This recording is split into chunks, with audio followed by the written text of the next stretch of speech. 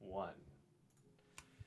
Hey y'all, thank you so much for tuning in as always. I'm Matt over here at Improv and D&D, and we're going to be rocking some more Flabbergasted for y'all. Here, we've got some familiar faces here, and that's what I want. I want to have these incredible people playing, and you'll get to see how different characters that they've been playing interact with each other. Before we get going, first off, if you want to look into this game, Flabbergasted, check out the description. I put the link for pre-orders, their Twitter, their Instagram, everything so that you too can get Flabbergasted. Now, as always, big thanks to Fleur and Chelsea of the Wanderer's Tome for creating this wonderful game. And before we get going in the game itself, let's introduce y'all to our lovely players. Starting with Rachel, Alex on deck. Go ahead, Rachel. Oh boy, that's me. Yeah. Hi, I'm Rachel. You can use she, her pronouns for me. I'll be playing Begonia. And if you want to find me somewhere else, you can fill a skull full of acorns and shake it at the full moon. Fantastic. Fantastic. Alex? Hi, I'm Alex. Pronouns are she, her. I will be playing the role of Evelyn, the aristocrat. And I am part of the RTDFW group, so you can check us out on Twitch every now and then. And then, yeah, that's pretty much it. Fantastic. And finally, last but not least, Chase. Hey, I'm the one you can't see. My name's Chase, and I'll be playing Winston tonight. I am also part of the RTDFW. You can find us on Twitch at twitch.tv/RTDFW. And we play games together, mainly do Extra Life charity stream yearly. So, yeah. That's so wonderful. So wonderful.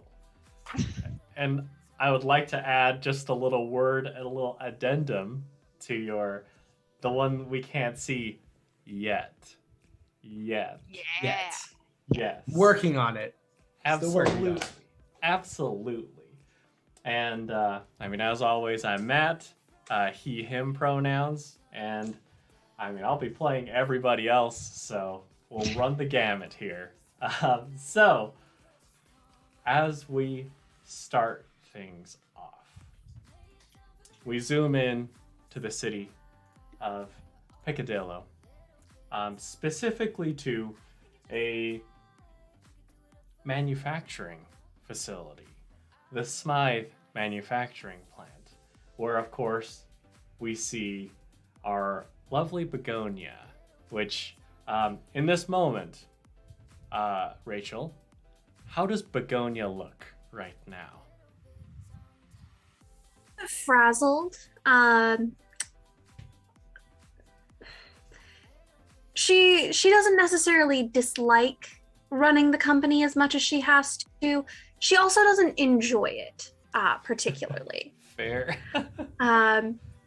So it's very much just, okay, still getting used to it a little bit.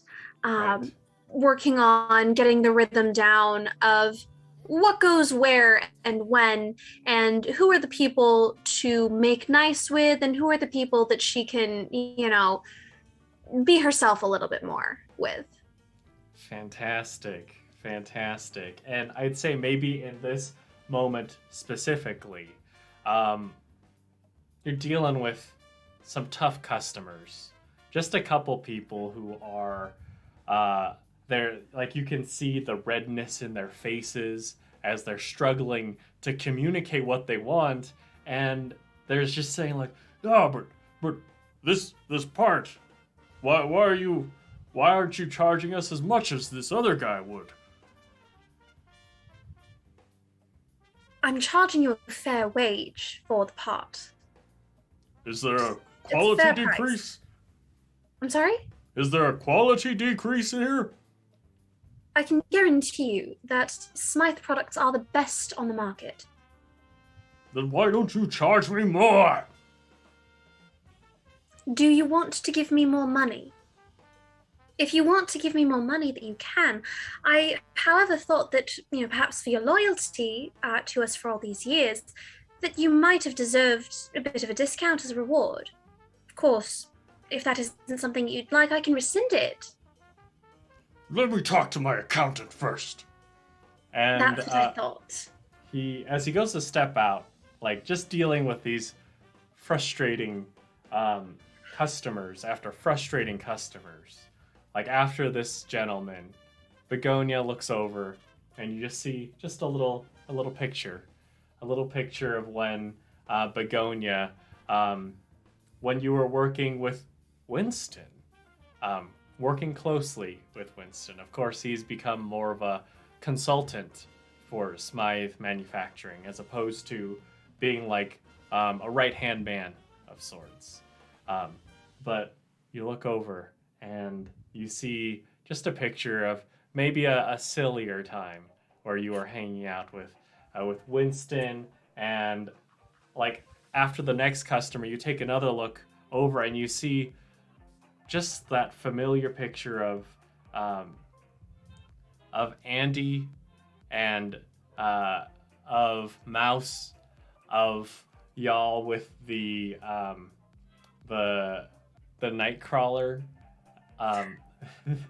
the doggy corn, and then of course after the final customers of the day, and it's been a long day, you see a picture of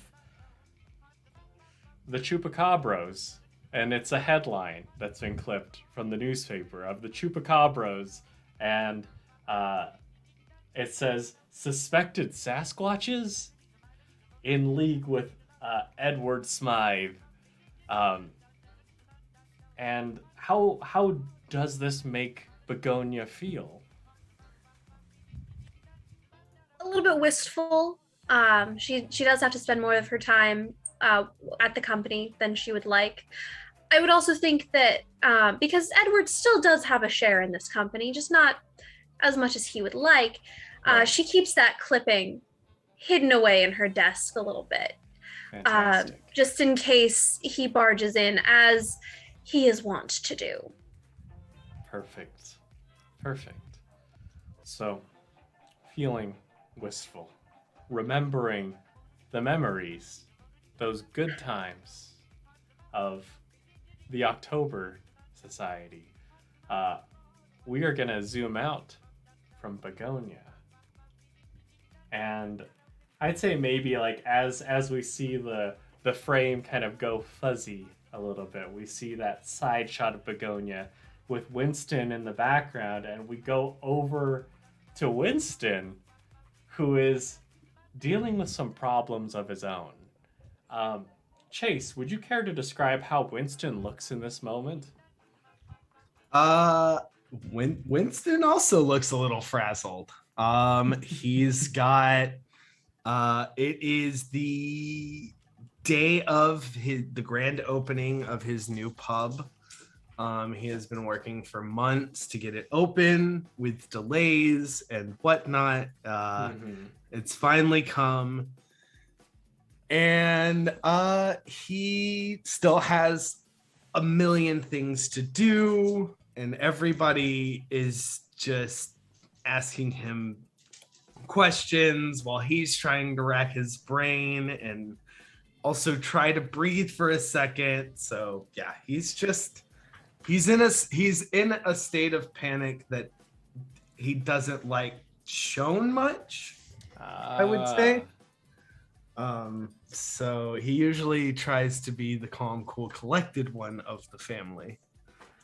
I dig it. It's not happening right now because. So yeah. Well, in this case, I mean, we did in our last episode with Winston, we did see that he made some strides ahead as far as interacting with people. I mean, the magnitude of this with so many people at once, it is a bit overwhelming, but we do see Winston isn't behind the bar talking with these people. He's holding the meeting and he's able to talk with them face to face without something in between. I'll say he's in front of the bar, but he is leaning against it. Excellent. And the questions just keep coming. There are just so many asinine ones, as well as some legitimate ones too. Like there's some people who are saying, "Hey, why don't we display the glasses where the glasses are pointing up?" And then someone else is like, "No, we have to have them down. The dust is gonna get all up in there." But it's like, as all these people are like arguing, Winston, you have to make sure everyone feels like good about your decisions, when of course you see out of the corner of your eye a familiar figure. And of course this is your niece, Clara. And she's looking at you, and you can see a smile on her face, but also a little bit of concern. And she says, "Everything okay, Uncle Winston?" Clara, it's lovely to see you. Everything is great. Everything's wonderful. You're here to work tonight. Yes? Of course. Yes, but look. Couldn't do this grand opening without you. Look. You've done a lot of work, and it shows. And Clara, in this moment, might not have all the tact in the world, and she kind of points at your face, and then she points at her, like, the area beneath her eyes, and she says, "Have you gotten any sleep the last couple days?" Days? Weeks? No. Weeks, yes. Days, fuzzy. Look, everything will be fine. We just need to get the bar open and have opening weekend, and then I'll sleep on Monday. That won't do at all. It'll be fine. I've done it before.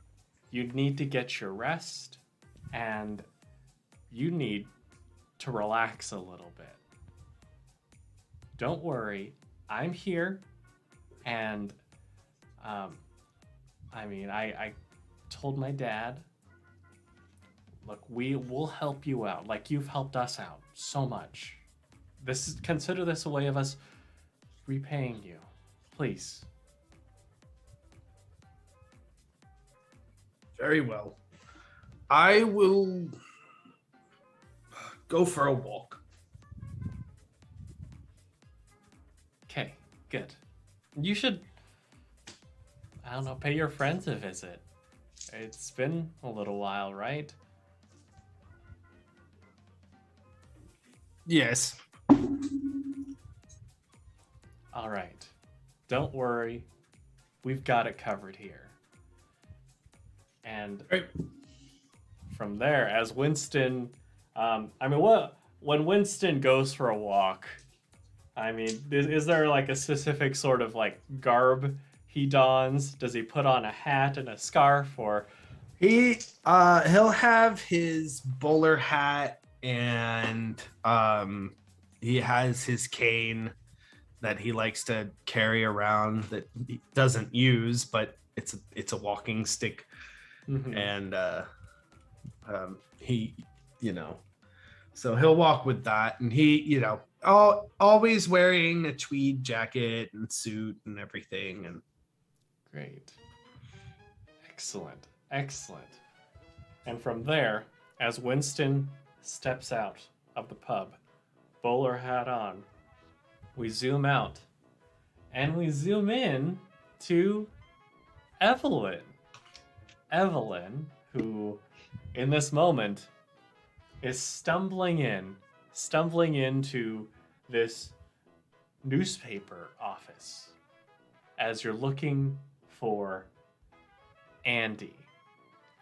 And as you walk up the steps up to the main newsroom, you immediately see a door swing open and a gentleman with a little mustache, salt and pepper hair, though mostly salt. He calls out and he says, "Where's Andy?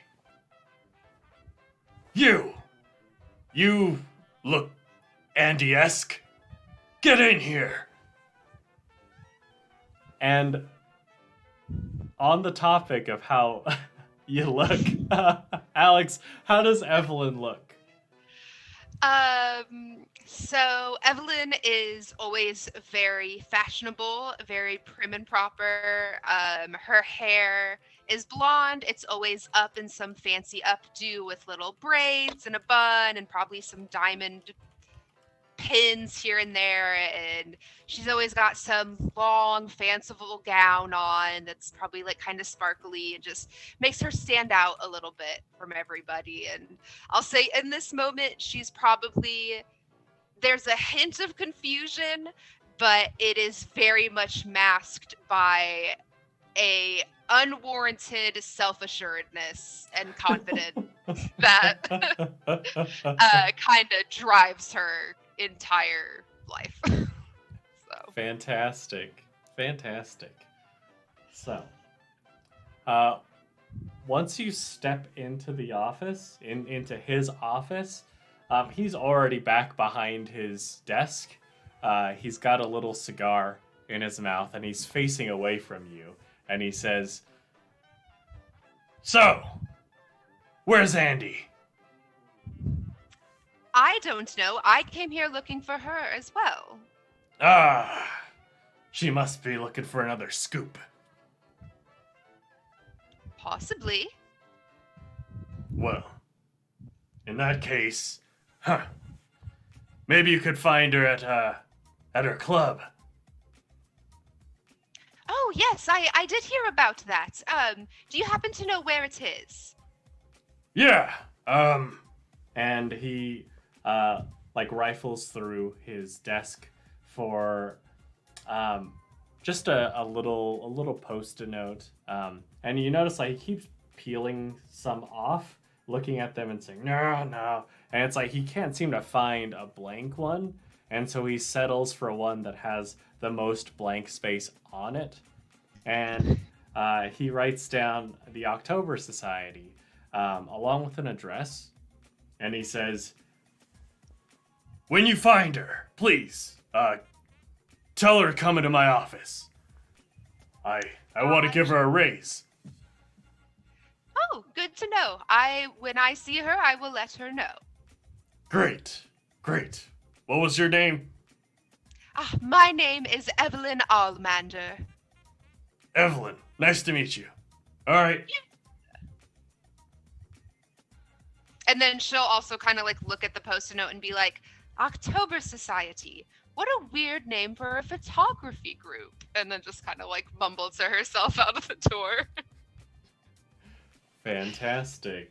Fantastic. And I'd say in this moment, we do just a quick time skip. We see just little shots of Evelyn trying to follow the address on the post-it note. And there are lots of like numbers and scrawlings on this too. Things like remember to give Andy a raise, and things like coffee machine broken, get new one. But you do eventually find the October Society, and as you step inside, I'm gonna go to Begonia first, and then Winston. As far as what the two of you might be doing at the moment in the clubhouse. So, Begonia. Drinking. It has been a long day of dealing with clients and employees and shareholders, other shareholders, and she's tired and is just knocking a little bit back, you know? Fantastic. And what is Winston doing? Pouring her a drink. I mean, that's where he feels comfortable, is in the bar. So he's gonna whatever bartender is back there currently, he just like take a break. Great. And just steps behind it and just like he's like, now this I can manage. Taking a break from your job, running a pub, to tend bar. Look, I work. It's what I do. Hmm. So, Well, I deeply appreciate you, although you are very missed at Smythe. I'd be lying if I said I didn't miss the factory. If I could get my words out right. It's all right. I'm sure it's been a long day for you as well. Yes. We have grand opening of the pub tonight. Well, Tonight? What are we doing here? I've been asked to leave by my niece. She has told me that I need to get some rest because apparently sleep is needed within days. I have gone entire stretches of days without sleep, and I'm fine. Are you, though? Absolutely. There's only one of you. I know that's a test. Usually somebody asks me how many of me are there, and I always have to tell them, well, there's one of you, simply. Unless you have a twin or a triplet. That's unheard of. Anyways. I could have a twin sister. You don't know. That you could, but we've known each other for some time, and I would feel you would reveal yourself a twin if you were. At some point to me. Perhaps. And as this is going on, Evelyn, you do see, as you get to the door, you do see someone who's standing outside, who's just smoking a cigarette. He's dressed in a black vest, a little bow tie, long white sleeves of his button-up shirt, and he just gives you a nod as you arrive. And Evelyn, as you step inside, you do see, of course, the familiar face of Winston, who you were able to successfully dazzle the crowd with at an improv show in the festival. And you do see someone you don't know, though you may have heard through the grapevine, as far as what she has been able to do with the October Society, as well as her quick rise in the manufacturing world. And of course, both of you see Evelyn as well, with a little kind of smudgy post-it note in hand. So Evelyn will probably, like see Winston, recognize him, and she'll walk up to him and be like, you, yes, I remember you. Do you happen to know where Andy is? Miss Evelyn, it's good to see you. Well, Andy isn't here at the moment. I haven't seen her for a few days, actually. Well, I do believe she did tell me she was coming to the pub tonight for our grand opening, but she's always chasing the next story. Who knows where she could be? yes, she did seem a bit preoccupied at our last reconvenience meeting, whatever. And she'll kind of like just be done with this sticky note, and she'll be like, well, if you plan on seeing her tonight, here, take this blasted thing. I don't want anything to do with it anymore. And she'll kind of like try to give you the sticky note. He'll grab it and just put it in his inner chest pocket. Oh, thank you. Tuck it in there. Very well. Would you like a drink? What? Take him up on it. He No. mixes. He does very well. Yes, it's not that I doubt your talents, Mr. Winston. It's that my tastes are very refined, and I don't know that this place could adequately fulfill my needs for a proper drink. Begonia's just going to raise one eyebrow at this. Winston will just look at Begonia with a knowingly chuckle and pour a drink and put it in front of Miss Evelyn. Have a drink. Okay. And she'll just she'll be nice. She doesn't want to, since you've offered it to her and put it in front of her, she feels that she has to take it now. So she'll take it and take like the tiniest little pinky in the air sip, and then just like gently place it back down. Hey, oh man, Winston. Yes. In this case, could I have you make a little roll to make said beverage? Absolutely. So in this case, I mean, you've got a lot of experience in this. Are you trying to rely on trying to look at her and see what sort of drink would fit her, or are you more inclined of okay, I'm gonna try to show off what I can do since she's thrown shade at the sort of drinks I can make? All drinks Winston makes are for the person he is making them for. Always. Oh, okay. He's not a showy bartender. Great. At all. In this case, I'm going to let you choose either culture and etiquette or creativity and passion. Culture and etiquette because you see her, you've encountered her and dealt with her before. Just what about my wit and sharp for analyzing her? Oh, her sure, taste? sure. I'm Okay. I'm chill with that. That's the best one.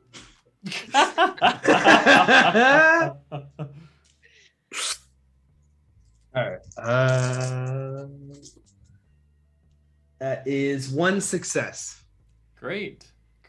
So that little sip you take, you set it down, Evelyn, but there's as the flavors, as you take that little inhale after swallowing the liquid, the flavors begin to tickle your brain a little bit.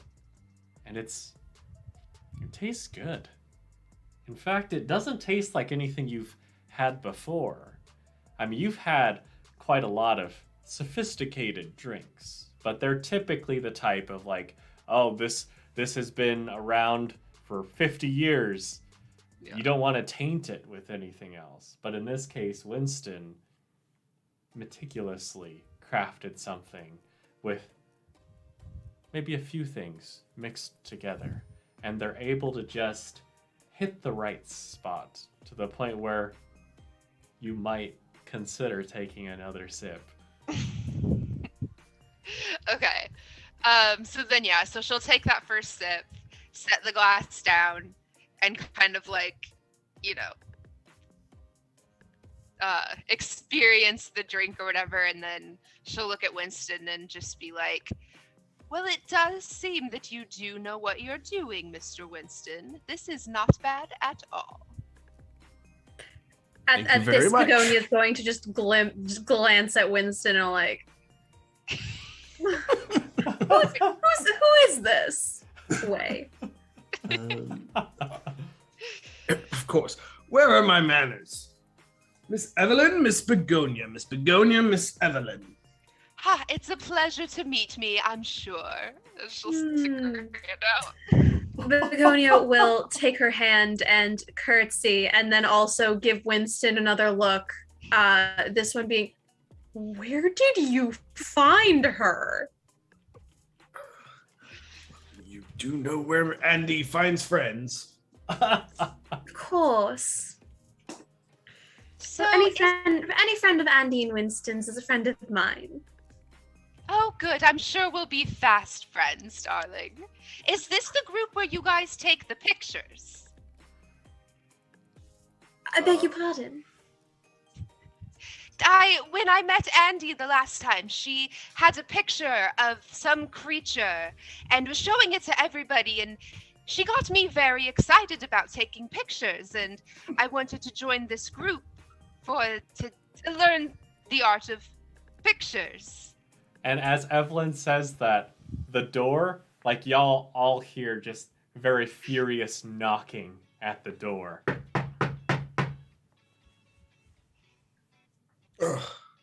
Very well. Winston will come from around the bar and walk to the door and open it. And as you open it, Yes, can I help you? you see, all of you would see, because as you open the door, unless you intentionally step in front of him, this gentleman with long brown hair, mid-parted, in just little waves, it goes down to just past his ears. He's wearing a brown jacket, and you can see little gold earrings on his ears. And he will immediately step in and say, "Oh my gosh, I'm so glad you're still here. I need your help. You guys are the October Society, right?" That we are. Who? You've been looking for us for some purpose? Oh, yes. And he'll actually go over to the bar where Evelyn's drink is, and he's going to grab it and immediately take like a big gulp of it. And he's like, "Oh, wow, that hits the spot. All right. So my name is Jack, Jack Bruton, and I need your help." Well, Jack Bruton, you can first apologize to the lady. Oh, I'm sorry. I'm sorry. Barging and- in here. He's gonna go for he's gonna do a little bow to both. It's like you notice that when he does so, he's kind of like glancing at both of you to see, both of you being Begonia and Evelyn, to see who the lady is that Winston is talking about, and he decides to split the difference and go in between. As he's Begonia's down just on gonna one knee. do a little head tilt of like her. Oh, Yeah, Evelyn's got her arms crossed and like a scowl on her face of like, took my drink. I actually I'm- liked it. I'm sorry. I'm just What a makes little you bit think that frazzled. you can barge in and take other people's beverages? Clearly, he's looking for our assistance in some matter or other. Yeah, exactly. I'm sorry. It's been a crazy day, and I didn't know where else to turn. Um, Of course. people think I'm a fraud. They think I'm a cheat, and I know I, look, it's okay if people say that about me. I don't want my town to have this reputation either. Um, that's why I came here. I want you all to get a picture, to get me proof. At the very least, if the October Society says that the flying goat exists, then everything will be all right. Well, why don't you have a seat and tell us all everything that we need to know so that we can help get you your photograph? Okay. Yeah. And he'll have a seat next to where Evelyn's drink was. And he'll be like gazing into the glass a little bit. And he says, "Well, I know I've seen it before, and when I was telling everyone, they're all just so nice. They were all so supportive. The entire town of Chandra, they're all behind me in this. And I don't want them to be ruined too. So right now, if we can go there, like I've already arranged for tickets on the cruise ship for this. I mean, it's quite a marvel. But if you can go on the ship with me, you can see it, and then the whole world will have to believe." Well, I don't see why not. When does the ship leave? We're gonna have to go now. Well, Please. sounds like an adventure to me. Like right now. In that case, I'll have to Yeah. leave it up to Winston. Well, I do have my Yes. grand opening tonight. When will we? Oh, it'll be fast. It'll be so quick. All you have to do How is long see is it. this cruise? The cruise? Well, I mean, typically just about 2 hours, unless you want it to be longer. Very well. 2 hours isn't too long. Great. It's only midday. Yeah. And as soon as you've seen it, maybe snapped a photo or two, then you can talk to the papers, and then everyone will know that I'm not a liar. Of course. Would you excuse us for just a moment? Yeah, of And course. I'm going to take Winston by the arm and just pull him aside for a moment. Yes. How are we going to do this? Well, that. I mean, We don't have a photographer. that is true. Andy is the photographer. Well, and Mouse, both of them. Where are they? They're usually right around here. I've never taken a picture in my life. Can Nor Evelyn have I, and I doubt her ladyship over there has.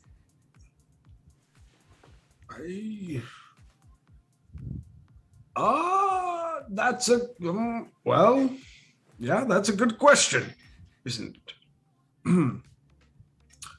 I'm sorry, sir. Our photographer seems to be out.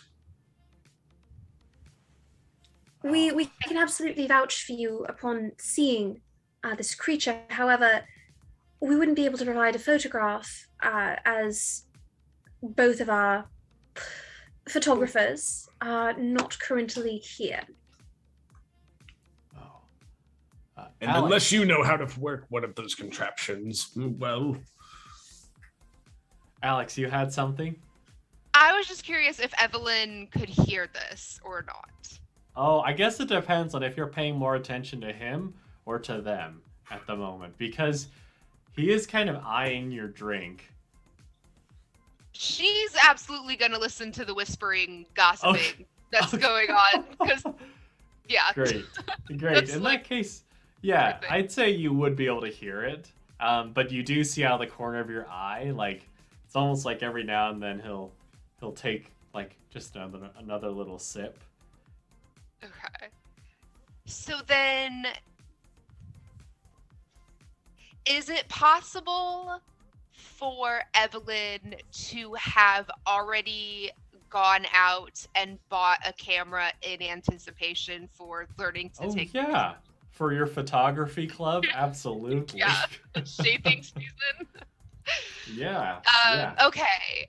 Then I think upon hearing we don't have a photographer, she'll kind of pipe up and be like, oh, well, actually, I went out and I went and I bought a little camera, and I haven't used it yet, but it doesn't seem too bad. You click the button and it does the thing, and I could be your stand-in photographer if you wouldn't mind having me. oh, Winston will look at Begonia. Well, that does solve that problem, I guess. I suppose, if you would like to come take a picture of the creature for us. I think it sounds fascinating. Very well. I will. Unfortunately, unless Miss Begonia, you parked your car here, my car is at the pub. I walk. Oh, I can drive. I can get us there. Very well. Very well. And Jack is gonna say, "Great shotgun," and then start running out. I don't believe we need a shotgun, but okay. The doors are locked. He can't get in. Well, I'm sure he'll soon find that out. And he's just standing at the passenger side seat, or the outside, just like very excited, kind of bouncing on the balls of his feet. All right, then away we go.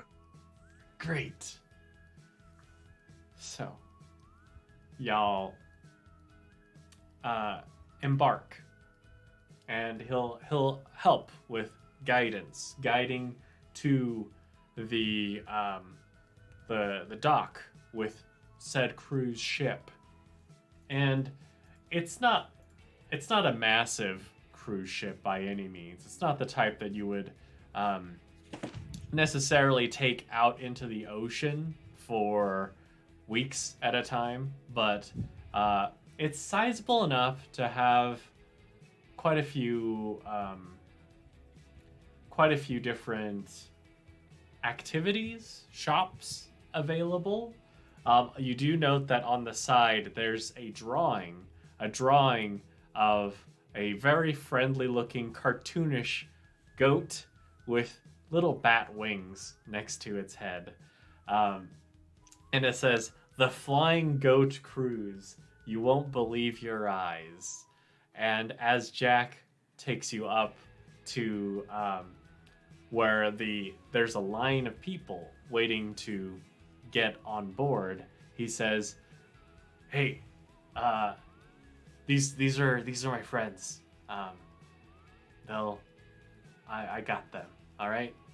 And the person there just like, "All right," and hurriedly pulls the velvet barrier off the little hook and allows all of you to board. Now, as y'all get in, I'm gonna send y'all a little picture on Discord of the various places you can check out. I'm going to switch it over on the stream as well because, of course, I want our lovely viewers to be able to peep this. But there are quite a few different shops, different vendors that you can check out. Such as, of course, there's Flying Goat Yoga, there's Sheeps of Fun Play Place, there's Lamb Chop Karate, there's Goat Dak Moments, there's Shank You Very Much, there's Vincent Van Goat, there's Scapegoat Landscaping, and then there's another place called What Do You Mean? Matt, these puns are terrible. I love them. Thank you You're very welcome. much sounds dangerous. I don't want to go there at all. So, as everyone else is going on board, y'all have your pick of where you would like to go before everything gets underway. Before, as Jack would put it, before we get to the main attraction.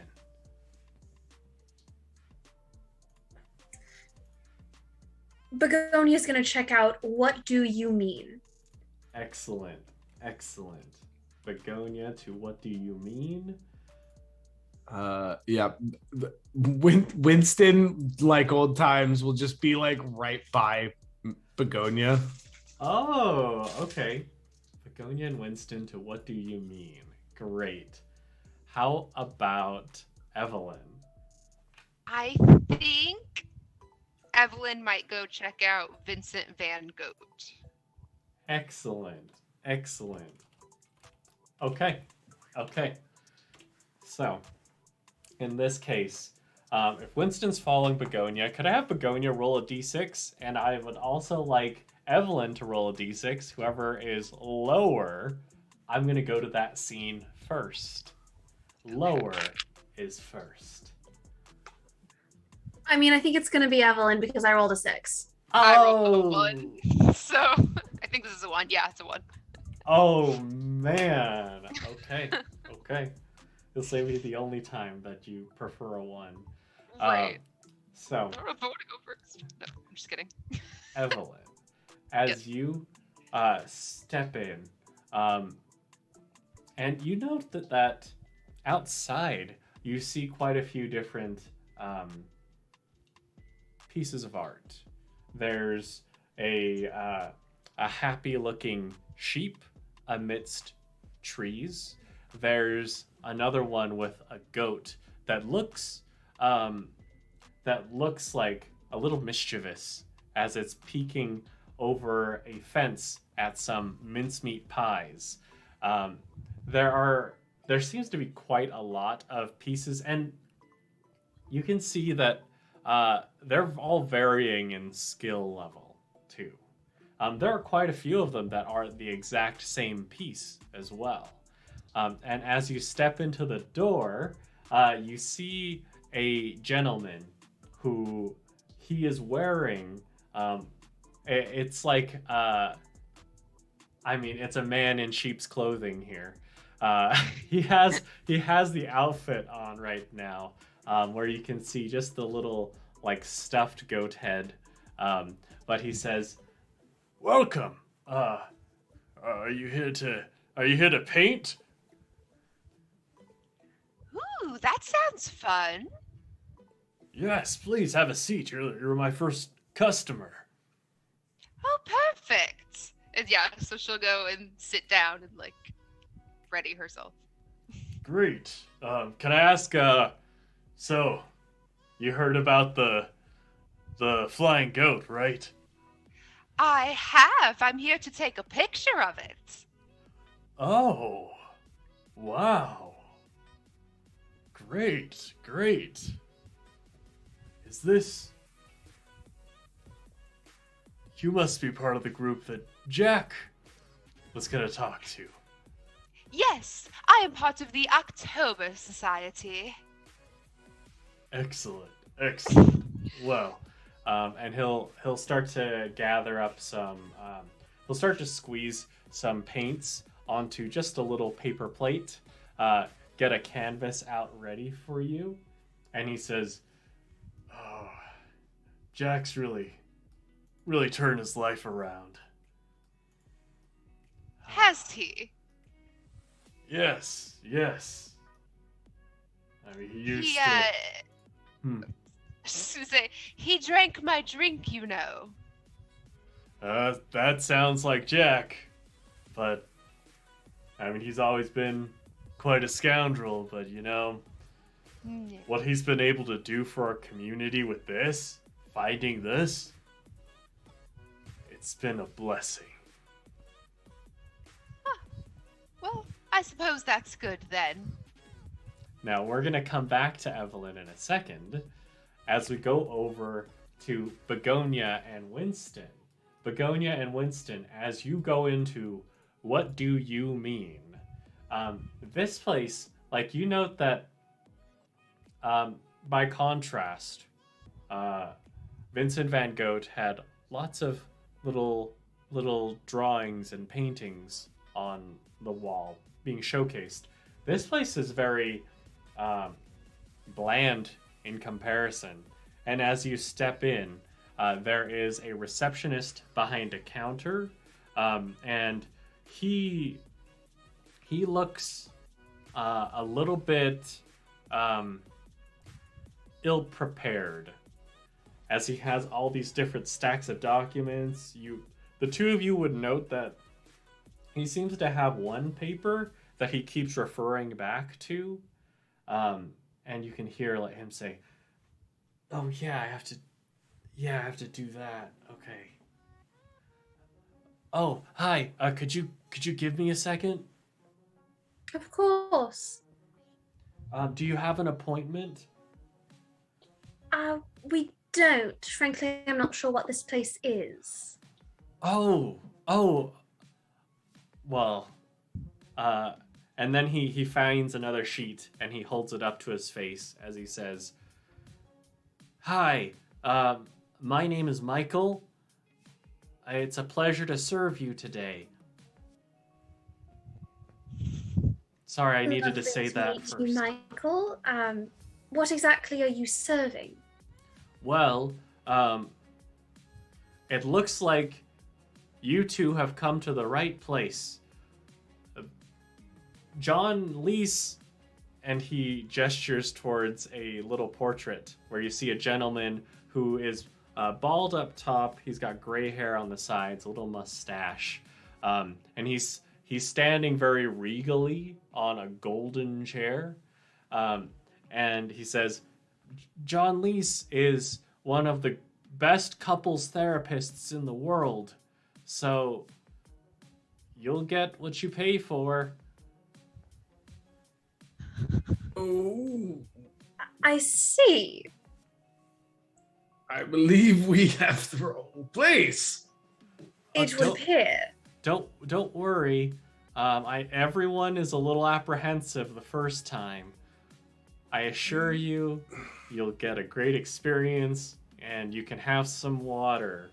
And he gestures over to a little cooler with the little paper cups that are too small for one full gulp of water. Well, if this therapist can speak with the dead, then perhaps we can get somewhere. Yes, you have us gravely mistaken.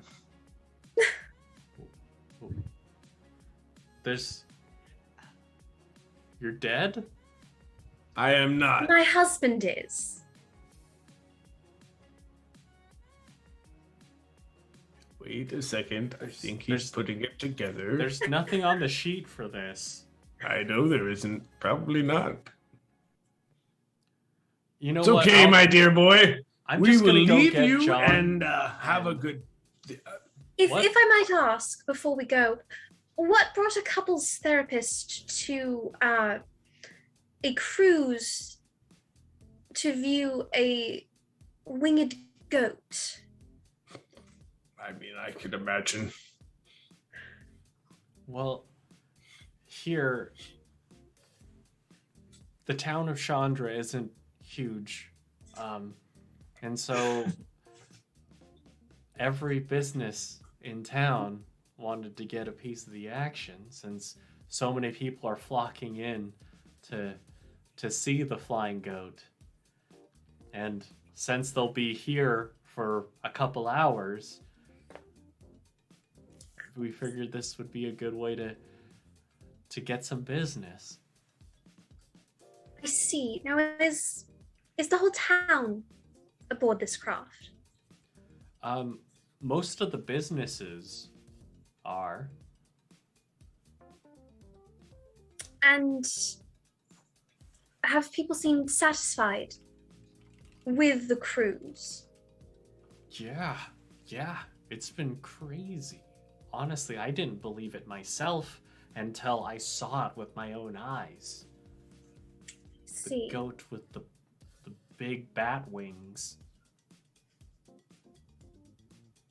And you get a lot of appointments here. Quite a few.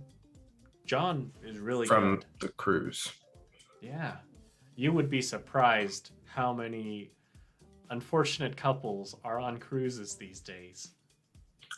Can I imagine how many men would want to go on this and women would probably not. Well, thank you very much for your time, Mr. Are you talking the John Lee's? Oh, Or me? to you, yes, you're the one to whom we've Michael. been speaking. Michael. Right. Michael, thank you for your time. Yeah, of course. Are you sure you don't want some counseling? Nope. Pretty sure we're all good there. Thank you I very believe much, Michael. my needs for couples counseling are currently quite met. Okay. Being a widow will do that. And he'll go grab a couple business cards, which prominently feature the same portrait of John Lee's, just in the rectangular form. You can see it stretched his face quite a bit, but he hands you 2 cards and says, "Well, just in case, here you go. I have to do this." And Begonia Thank you. takes a card. Yeah, Winston will take a card and put it in his jacket pocket. Great. Thank you. Now, I want the 2 of you to think about where you might want to go next as I go back to Evelyn. Evelyn. Yeah. So, he's got your canvas, your paints in front of you. Are you thinking something more like a goat standing majestically on a fence, or are you more of a sheep person? I'll probably go for the goat. Good choice. And he will take out another blank canvas and he'll step up onto this elevated platform. And he'll say, "All right, so whenever I paint this, first I'd like to start with, it's just these simple lines. These simple lines right here." And you notice that every moment he's very meticulous. He's very precise and good at not going too fast. Okay. Now, Alex, how good is Evelyn at painting? So, Evelyn is very much an admirer of the arts. Mm-hmm. She's not necessarily ever participated, other than her acting. But she's always been very respectful and understanding, and like, she's got, expensive art pieces hanging in her foyers and everything in her house, but she's just never actually tried the art of painting herself. Okay, great. In that case, like as he's doing it, you do note that maybe Evelyn, as you're going through, there may be a time or two where it takes a second for you to register. Oh, I'm using the wrong brush in this moment, or something like that. But this person is very understanding, and the way he approaches it, it seems like, and as you're looking, you do see that there are quite a few paintings that seem to be a little bit more crude, a little bit less precise, and it seems like quite a few of his customers are children too, and as a result, he's very good at being patient and being very kind as he teaches.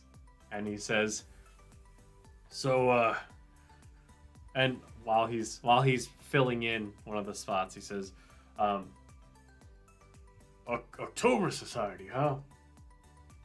Yes. I don't know that I'm officially joined yet. I have a couple friends in the group, and was interested in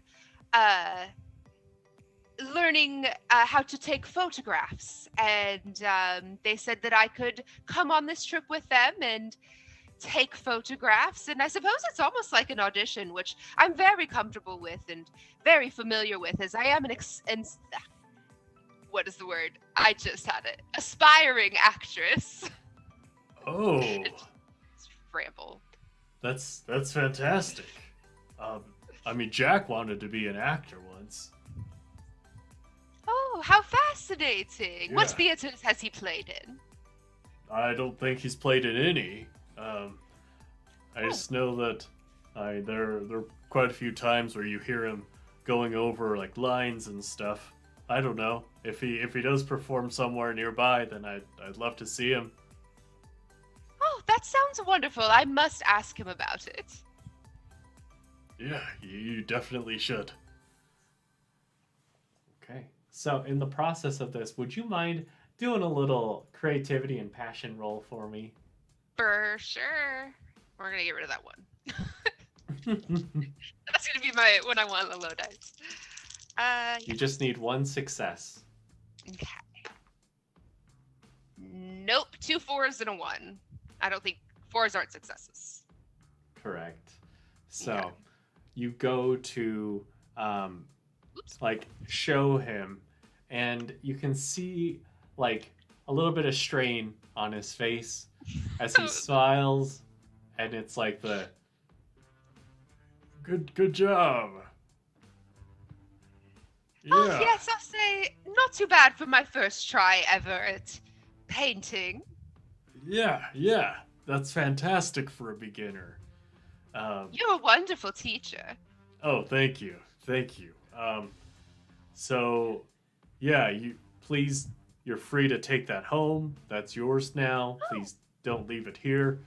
And yeah, thank you so much for stopping by. Well, thank you so much. And I'll say Evelyn is very proud of this thing, because this is the first thing she has ever made by hand herself. This is the only probably the first work she's ever done. Very proud of it, and it's just thank you so much for letting me take it home, and I'm sad that all the others won't get to see it along with all these other wonderful paintings, but I am very proud of it. Thank you. And she'll just kind of happily, like a child, just saunter off with her painting. Of course. And as Evelyn, as you begin to leave, Begonia and Winston, after the clearing up the misunderstanding, where would the two of you like to go?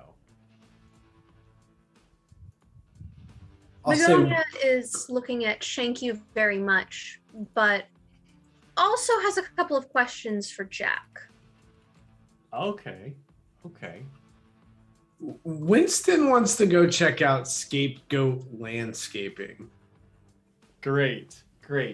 So, in this case, once you were aboard the ship, Jack had left to his room on the ship. So, Begonia, would you like to go to Shanky very much first or to Jack's room first? I think first I just have a concern to express to Winston of... Okay. Now, Jack's been concerned about the town getting a reputation.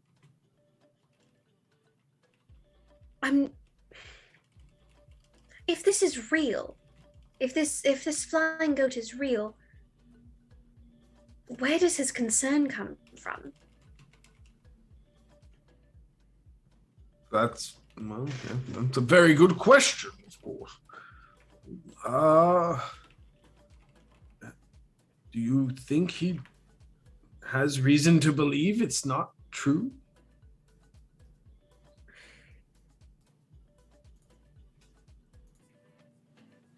With the word of mouth that this place appears to be getting, gesturing to just how many people are on the boat, I don't understand why he would come to us if it were true.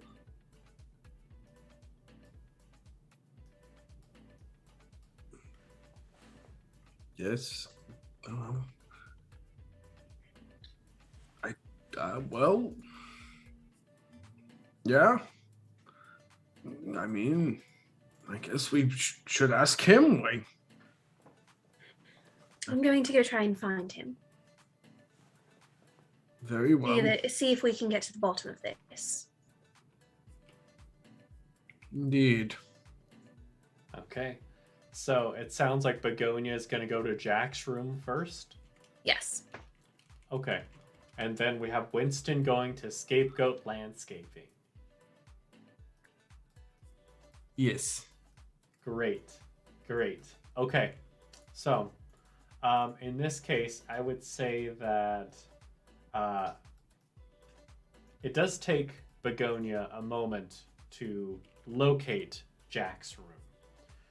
This is sort of like the main area once you step on, so that anyone who is who's just a tourist would immediately have to go through all of these stalls, all these stores.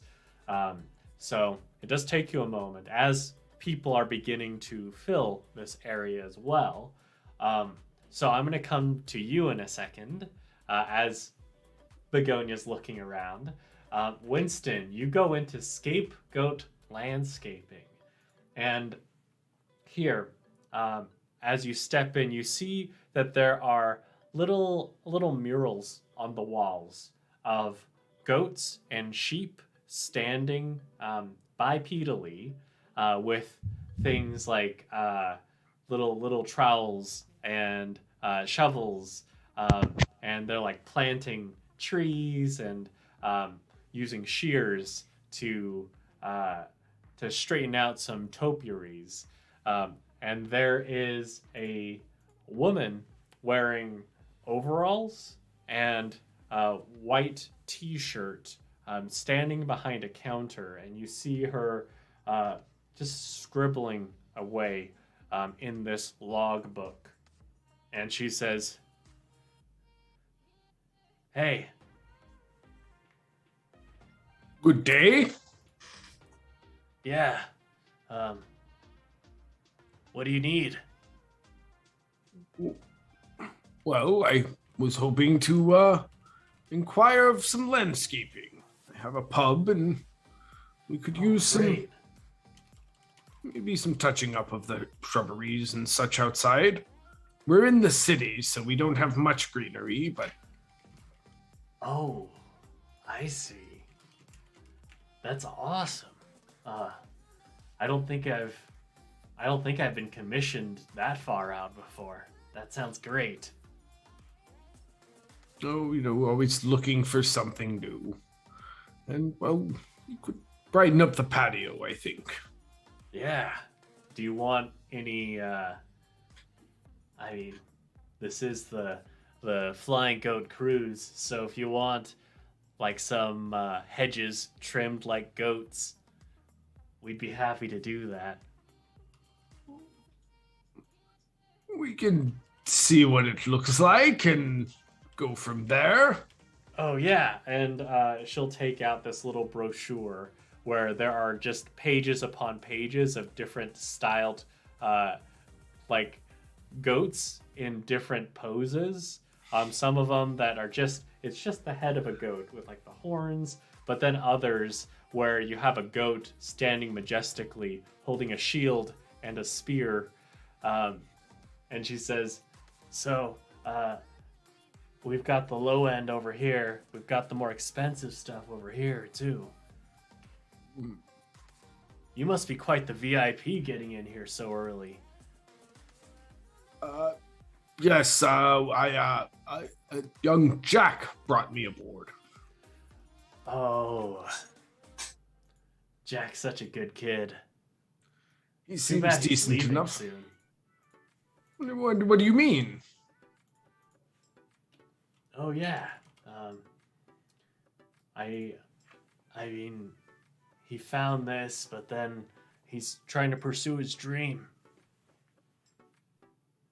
What's his dream? Do you know? He always says it's something about acting, but I mean, it'll be better for us here. He's willing to sell us his share. Indeed.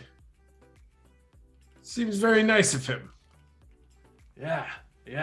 I mean, right now with the cruise, it's 50-50, but he's willing to let me buy my 50%, that 50% back for 10,000. So I figured with the amount of business right now, I'll make that back in a few months.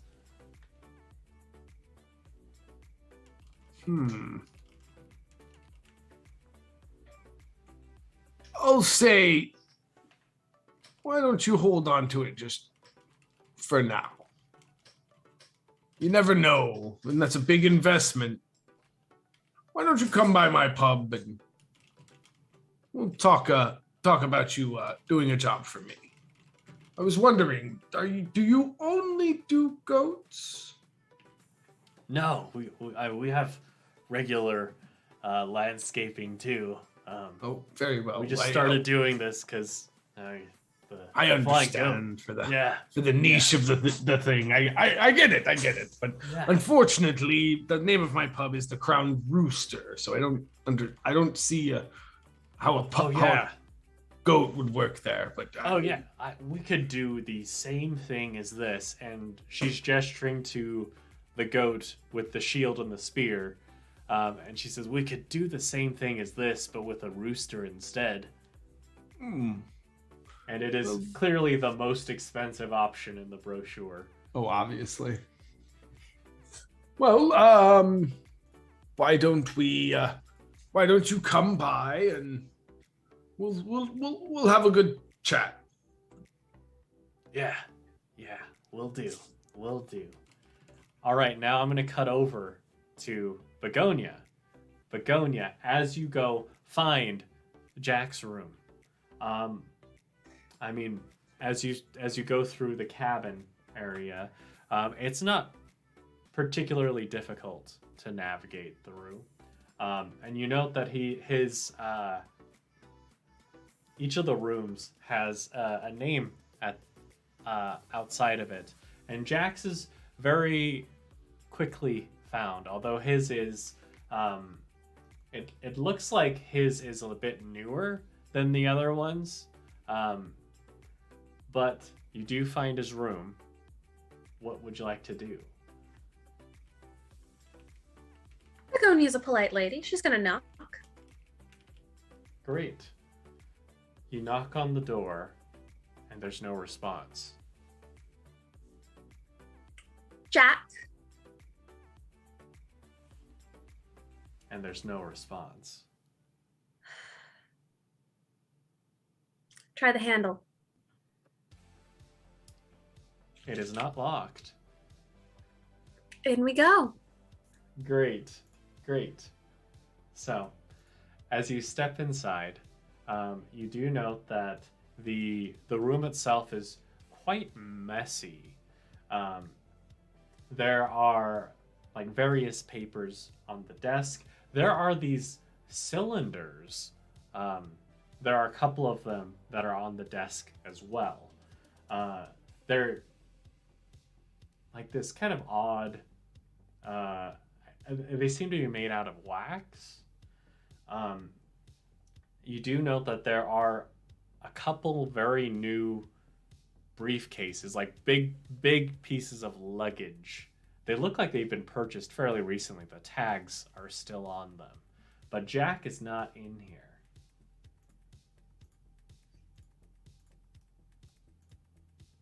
What else can I see on those wax cylinders? Like, what are they, like the sort of thing you'd put in a gramophone?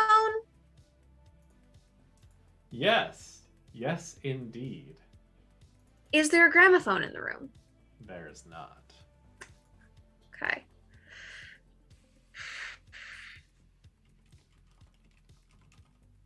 Now, Is there anything in the luggage?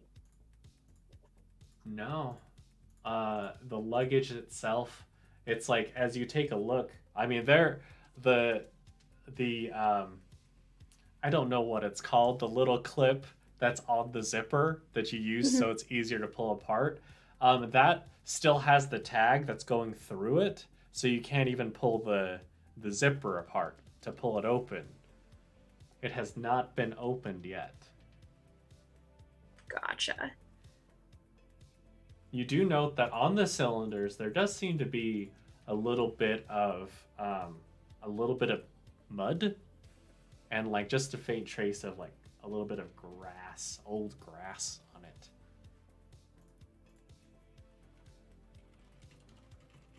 Odd. I think I'm gonna take one of the cylinders. Okay. Borrow it. Great. Okay. In this case, there's one that's tan and one that's just a little bit darker brown. Do you have a preference? I'll just take them both, honestly. Okay. Great. You have Begonia has cleaned rooms before. She knows how to slip something in her pocket. Excellent. Now, Begonia, cylinders in pocket. As you begin to leave the room, you do hear two people talking outside. It sounds like Jack, and there's someone else. He's saying like, "Don't worry, I'll get you your money tomorrow morning." And the response is, "You better, or it's your ass."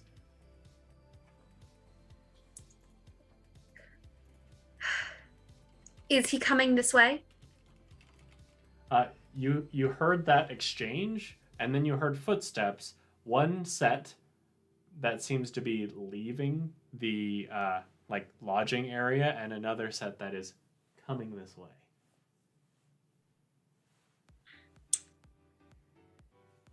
I'm going to, as casually as possible, step out the door. Probably, since there is somebody coming, put back the wax cylinders, step out the door, and just lean on the wall of like, I'm waiting for Jack. Oh, okay. Great. So, as you do that, he sees you, and he says, "Oh, I've been looking for you. They're about to. I mean, we're about to reach that point where everyone's gonna see the flying goat." Fantastic. I Yeah. look forward to seeing it. I did have just a couple of follow-up questions, of course. If we're going to the press with this, then, I'm sure they'll want to know a bit more about you. Of course, the people that I've spoken with on the ship are quite enamored with you, Yeah. and I'm sure that the press would love to hear more. Yeah. Can we walk and talk? Of course, of course. I did just have a quick off the record, of course, question for you before we got into it. You mentioned concern for the reputation of your town. Yeah. I'm not sure why the reputation would be in danger. I mean, look at everyone who's here. Well, Everybody seems to love the flying goat. yeah, but that's the thing. It's like if I were to talk to this press, then they would see my history, and then it's a whole thing. But if you guys talked with them and verified it, then everyone would know that it's real. Of course. Your history. What is your history that the press shouldn't know about? Off the record, of course. This is just. I love the October Society very much, and I just, of course, it is the reputation of myself and of my friends on the line. I'm sure you understand what with your care for the reputation of your town. What in your past could call anything into question? Well, and I'd say like as you're walking and talking, by this point you would have reached the main area, at which point you two would see Evelyn emerge from Vincent van Gogh carrying this beautiful painting, which, Evelyn, would you have it facing out or facing towards you? Are you admiring it, or are you looking for the world to admire it?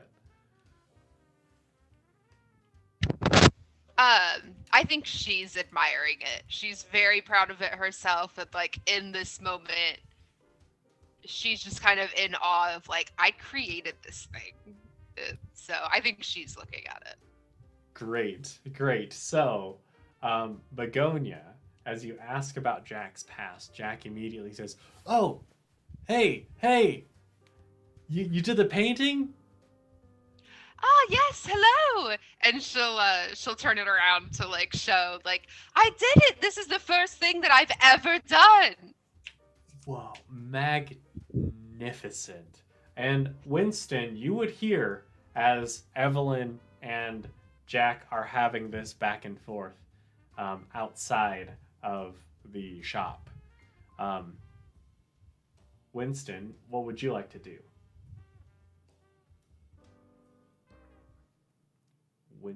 Winston will look at the painting and say, "Very good, Miss Evelyn." Thank you. Yeah. So, Jack, Isn't it How's it magnificent, Begonia? Quite lovely. You Great. were saying, Jack? Oh yeah. Oh wait. You guys need to see this. And he starts leading you, and y'all do note that there seems to be a bell that's ringing outside, and he's yelling like, "All right, just everyone make way!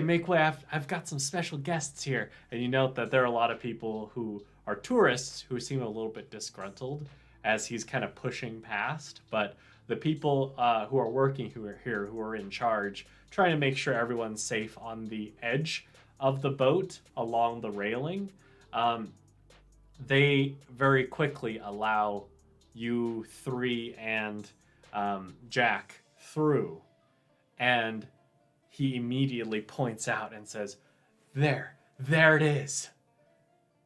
And as you all look out along the coast, there's just this little area where there seems to be quite a bit of brush, bushes, trees, and then you see a figure moving. You see the faint glimpse of a horn. You see a little bit of a whisker, the telltale like goatee, and then you see brown wings, and you see this creature, which I'm gonna pull up onto the stream for everyone, and I will send all of my players on Discord. And you see this stand and let out this odd noise, this like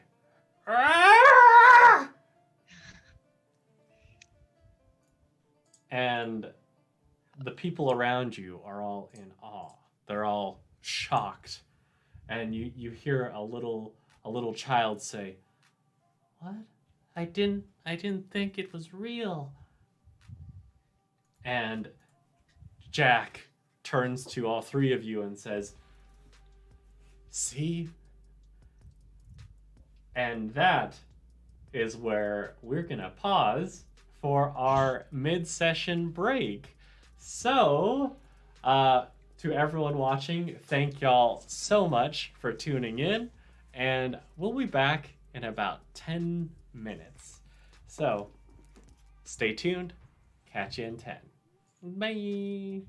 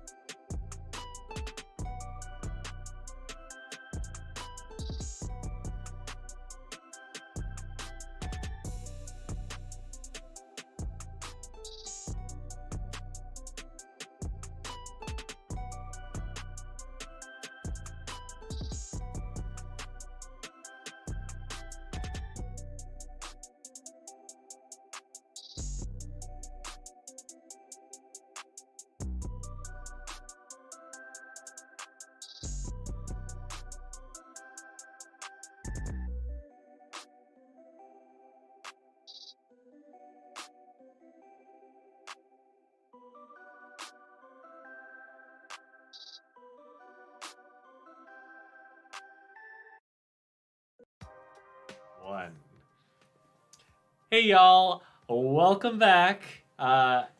We are continuing this journey of the October Society as they have been asked by one Jack Bruton to verify the existence of this flying goat. And they had embarked on this cruise ship, the Flying Goat Cruise.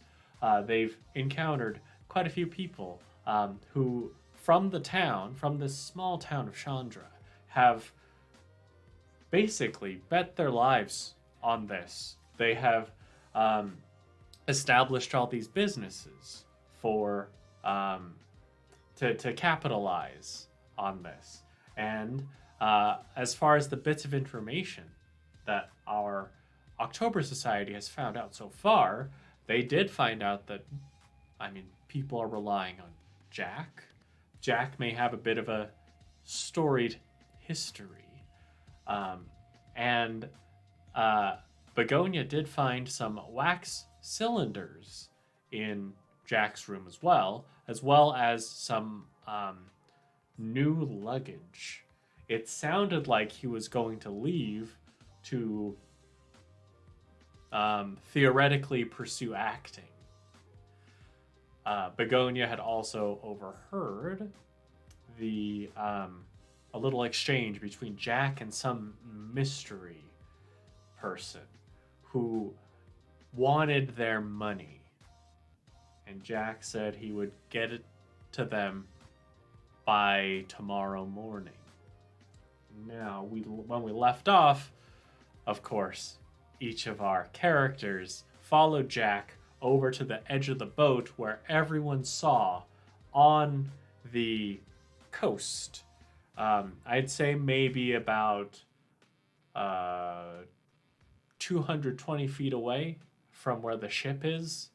The head of a goat. The wings, these large brown wings, and that unsettling scream.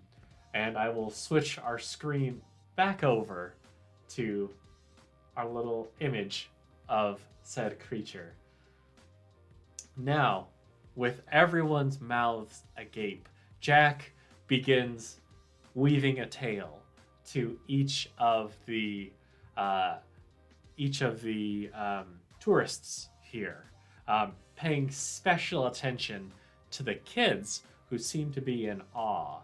And he tells the tale of how he found this and what he has seen in each of these cruises every time he's been able to encounter this creature.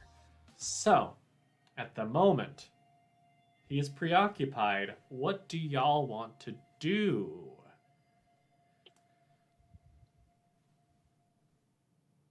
So we can see the creature? Is it, or it's like it shows up on time for the whole town to see, or is this It is okay? It is on time. It's right there. Okay. Amidst the bushes, amidst the trees. And are we moving? Have we gone past it? Can people still see it? Oh, you can still see it. Like, people are, like, they're staring. There are, kids who are asking for a better look, and their parents are lifting them up so they can see more clearly. But y'all can see it, and it seems to be shifting about in the bushes. So Does it look real? Yeah. Our expert knowledge I'd doesn't say look this. weird. There is the issue of distance. Being on the ship, looking onto the coast. There is that.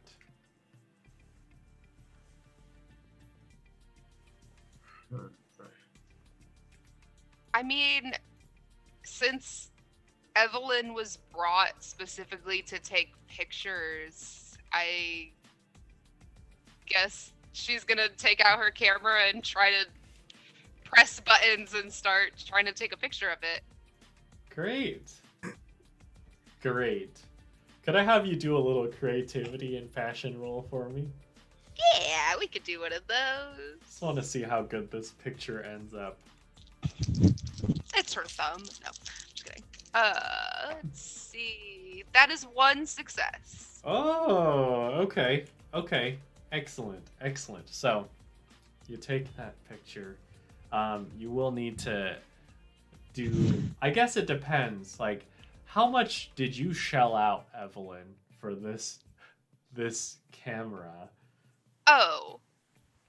Only the best of the best for Evelyn. She Great. went to the store, asked for the best camera, and got whatever the guy gave to her. Okay. Okay. Okay. So, you're able to take the picture. And you see it slide out. You will have just a little bit of time before it fully develops, but You're not supposed to do that anymore, are you? it feels Well, it's like it was a pretty 1920s. good shot. Okay. What? What'd you We say? had Polaroids in the 1920s? Did you say polo? Polaroids.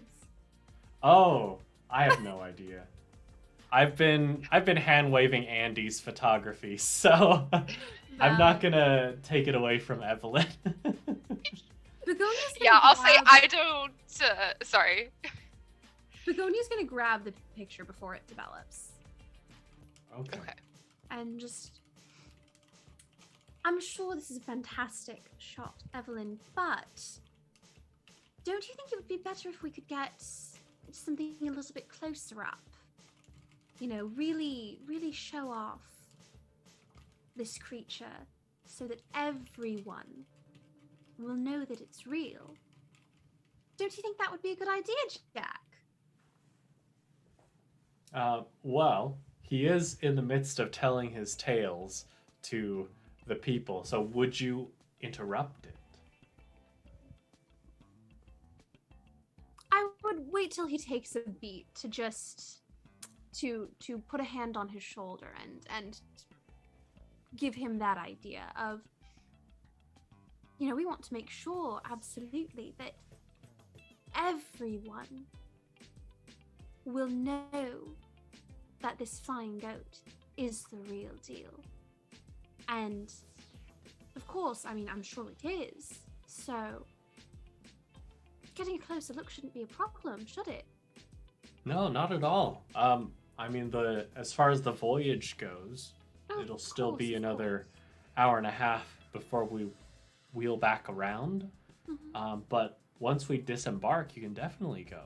But Absolutely, and I'm sure you'd be willing to join us. Of course, Oh, you yeah. are the expert. of course. But Absolutely. right now, I mean, you've seen it. We have, yes. Yeah. And I'm looking forward very much to seeing, and she pulls out the Polaroid, to seeing the photo once it develops. But Fantastic. of course, I mean, for something of this magnitude, the paper will want to, I'm sure, a full page spread, multiple pictures. We want to Yeah. give them the best story that we can, don't we? Of course. So while that's going on, what is Winston doing?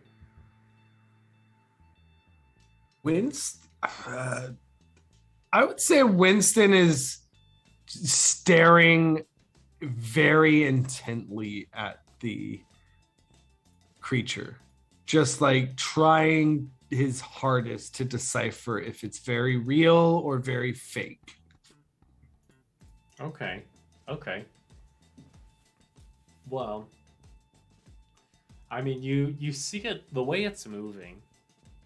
It does seem quite. It's moving a little weirdly because. I mean, typically when you see goats, they're on all fours, whereas this one is bipedal. And it moves forward. It does seem to. It's almost as though as the ship is going along the coast, that it seems to be able to move weirdly in perfect positions where every now and then you get a really good angle of it, but then it's behind brush again. But it's like you see it clearly enough where everyone is just like no one is questioning as far as like, oh, that's just some like odd bit of like garbage on a tree or anything. It's like you can see the elements seem quite real.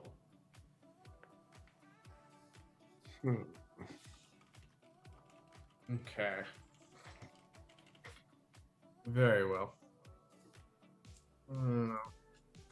Yeah, just like Begonia, Winston is very skeptical always. Mm-hmm. So, what do y'all want to do? At the moment, it looks like Jack is preoccupied with trying to play this up as much as he can to all the tourists. You have run of the ship as far as where you want to go. And I'm going to pull up the map again real quick for our viewers at home. If you want to go to any of these places, or if there's anyone else who might be on the ship that you might want to talk to. I didn't see the other person that Jack was talking to. You did not. You did hear their voices. It was while you were next to the desk.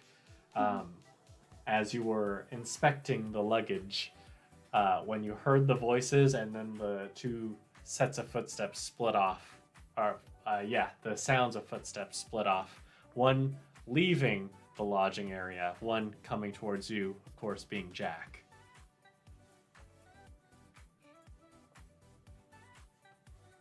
I don't trust this, Winston. I don't either. Not one bit. I don't trust this Jack fellow. Bursting into our club. Basically demanding we come here to prove something for him. I overheard him speaking with someone. You did? He seems to owe someone quite a bit of money by tomorrow. I think that puts things into perspective a little bit with why this was such a rush job.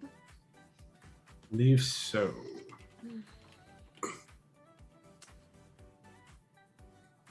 I'm just worried of hurting these People. simple town folk. I don't want them to hurt. Certainly not. They simply bought into this man's ruse, and I would hate for them to suffer. Certainly. They seemed to know him as an actor. Would you mind asking him a little bit more about it? I worry that I've exhausted his patience for my questions. I'm going to continue to look around. Well, I believe the best actor to ask would be Miss Evelyn. She's an actress herself. Is she? As far as I'm concerned, as last I heard. Fine. At least I believe Lady she Evelyn. fancies herself one. Lady Evelyn? Yes, dear. Would you, just for my edification, would you speak to Jack about the theatre? Unfortunately, he and I had been speaking just about some things in his past. Unfortunately, we got cut off, but I'm sure he'd love to tell you about his acting prowess. Winston tells me that you are also a thespian. Ah, yes, I am. And yes, while I was painting my lovely picture, the gentleman teaching me, he mentioned that Jack was an actor, and I do want to talk to him about it. So, of course, dear, I'll go chat him up right away. Fantastic. And would you just let me know what he says. I'm very interested to understand a little bit more about this fellow. Of course, of course. Thank you. Great. Sounds like Evelyn is going to talk with Jack in, well, while she's doing that, what are Winston and Begonia doing? I'll start with Winston. I feel like Winston wants to find out more about this man and see if he can kind of, because Winston is very good at people watching. He does it behind the bar all the time. Okay. Looking out for people who are suspicious, because always looking out for people who are going to run on their tab. And so they're not, he's trying to pay attention to people who aren't into the festivities. Oh, okay. That are Great. just kind of there. That aren't like going into the shops or going to, or looking at the little doodads or whatever, anything. Great. That is, is just kind of lingering. Excellent. So, we've got Evelyn going to talk with Jack, Winston trying to look for people suspicious here. What is Begonia going to do? Begonia is going to continue to just try to talk to people. Okay. Specifically, some of the townspeople, see Great. what they know about Jack and about this goat. She's going to go to that "Shank you very much" next. Excellent. Here we go. Okay. So, all right. So in this case, timing wise, I'm going to come to Evelyn last because it does take Jack a little bit of time before. It's like in this case, maybe it's just the fact that he's regaling these little kids at the moment. And Evelyn, you have in your past with the improv festival, I mean, you've done pretty well as far as like being considerate with kids. And so in this case, as you watch them, they're like watching wide-eyed. So it does take a little bit of time before you're able to chat with him. So I'll go to Evelyn last. I'm going to go to Winston second. As you're keeping an eye on things, you also note that Jack seems to speak with the same sort of gravitas to these children as Winston does when Winston was helping at the festival, and also when Winston helps with his brother's kids. But first, we go to Begonia. Begonia, as you arrive at "Shank you very much," you note that at this point, it's wide open. Like, it's not just walls and like a door. It's it looks like it's one of those grates that you pull and then it goes up, and you can smell the smell of meat and gravy. As you walk up, you can see that there's just a little a cartoon depiction of a goat grinning with a chef's hat. And you see a woman behind the counter. She has a red apron on and a tall chef's hat, much like the goat in the cartoon depiction. But you also see that she seems to be ladling up this luxurious looking, tender, fall off the bone lamb shank that has been braised in a red wine gravy. And it looks delectable. The smell is just wafting into your nose, into your nostrils, to the point where you can almost taste how tender this meat is. And she says, Hi, I'm sorry. I would have most of this ready, but usually people are still out there watching. Well, what can I say? The smell drew me in. This looks incredible. I'm sorry, could you say that again? The smell just drew me in. This looks incredible. Oh, yeah. How much? Well, I mean, since you're on the cruise, everyone who's on the cruise gets quite a hefty discount, so it'd just be 2 monies for 1 shank. Right away, and pulls out her wallet and completes the transaction. Now Thank you. you're of course.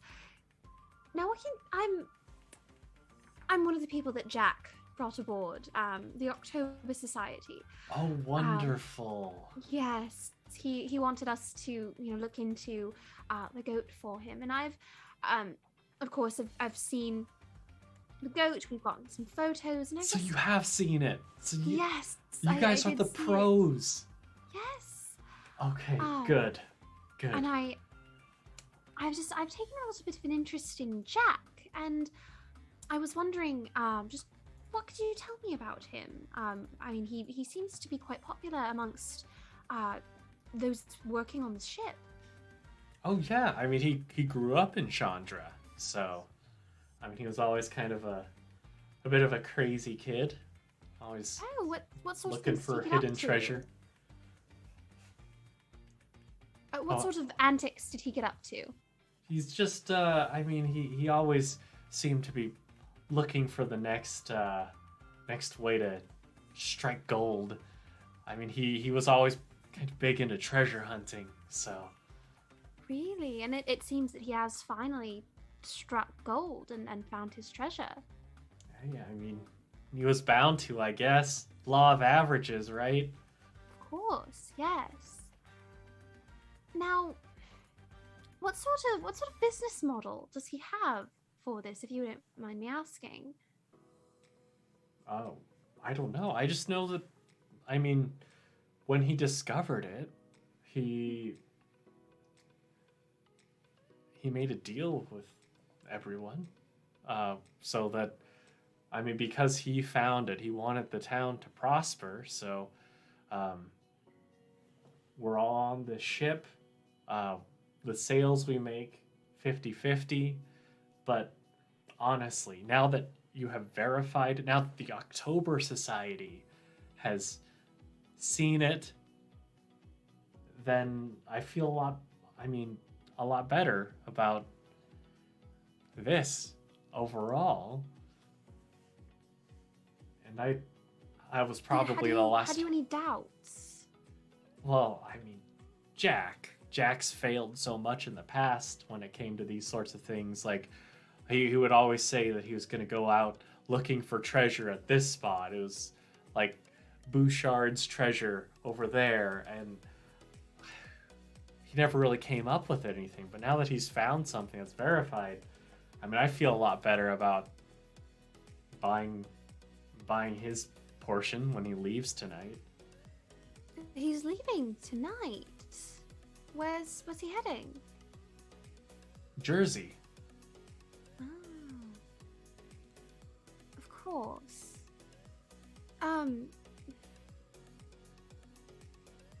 Everybody If you goes don't to mind me Jersey. asking, how much have you put into this? How did Jack fund all of this? What was the startup cost for? I'm a businesswoman myself. It's just professional interest, I'm sure. I don't know. I mean, I guess he said that he had come into some money, and so then he set it up with the ship, and all he needed us to do was, I mean, he wanted a 50-50 cut, but then, I mean, we weren't super into the 50-50, but seeing how many people he was bringing onto the cruise, we figured, hey, that's a lot more customers than we would normally get in our small town. So We were cool with it. And then now, I mean, almost as though right when we thought, hey, maybe we want a bigger cut. He's willing to sell us the rest. So we could just 100%. Just as how our business should be run. Absolutely. Real quick, Matt, what time of day is it? I'd say it's probably about 3 p.m. now. Okay.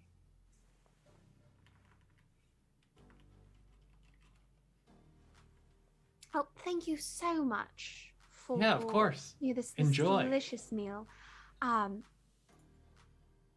Where, just on a map, where could I find your town? And just in case I ever want to get some more of this, of your cooking. Well, when the cruise ship stops, we're just 5 minutes away from the dock. Fantastic. Yeah. I will say, if you want to get more, in about an hour, that's when everyone here will be closing up shop for a little bit. That's when we'll be, discussing and paying Jack so that we can have our 100%. Absolutely.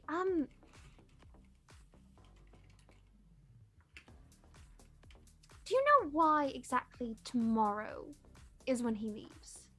Oh, he's leaving tonight. Tonight, yes. Why tonight? Do you know? He just said he wanted to pursue his dream. Of course, acting, right. Yeah. Well, thank you once again for your time. Miss Roberta Goodwin. Roberta, lovely to meet you. Lovely to meet you. I hope you enjoy. I already am. And Begonia will leave with a sinking feeling in her stomach. All right. Then consider where you might want to go next as I go over to Winston. Winston, you're looking for people suspicious around here, and you do note that there is a gentleman who seems to be kind of off to the side. He looks like he's looking out onto the coast, but you do note that he seems to turn pretty often to where Jack is, and he doesn't have a smile on his face or even a look of awe. He just has a look of annoyance on his face.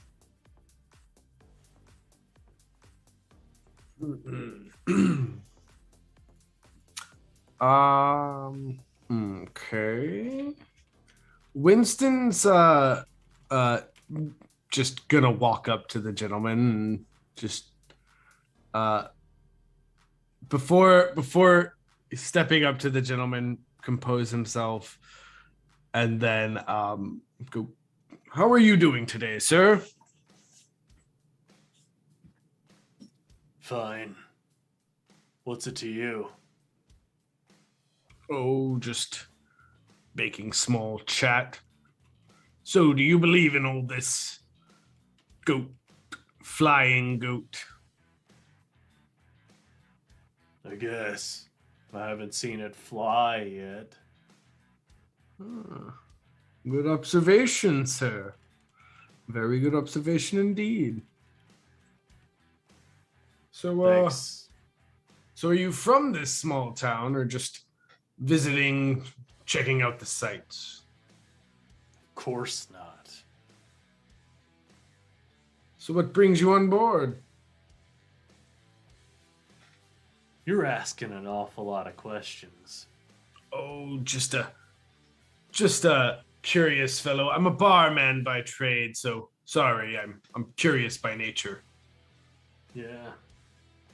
Could use a drink right now. If we were in another place, I'd serve you that drink, sir. Yeah, too bad we're not. Oh, I'm sure.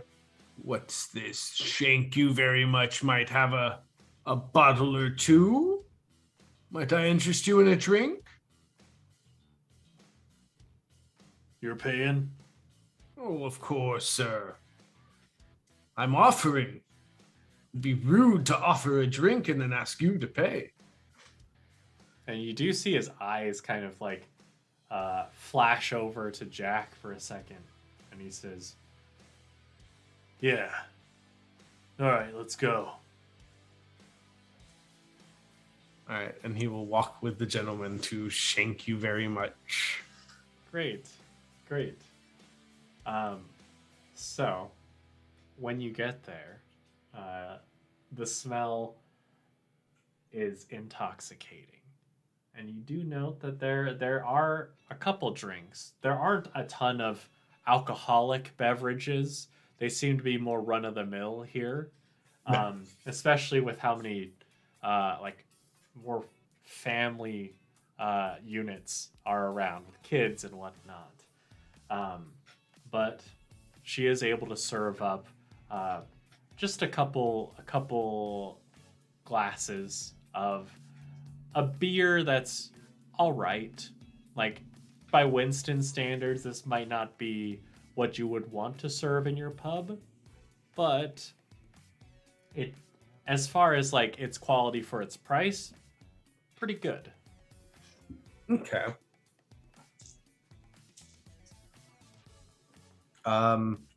He's just gonna try and get this guy sauced. Okay. He's going to slowly, gradually just get this guy sauced. Great.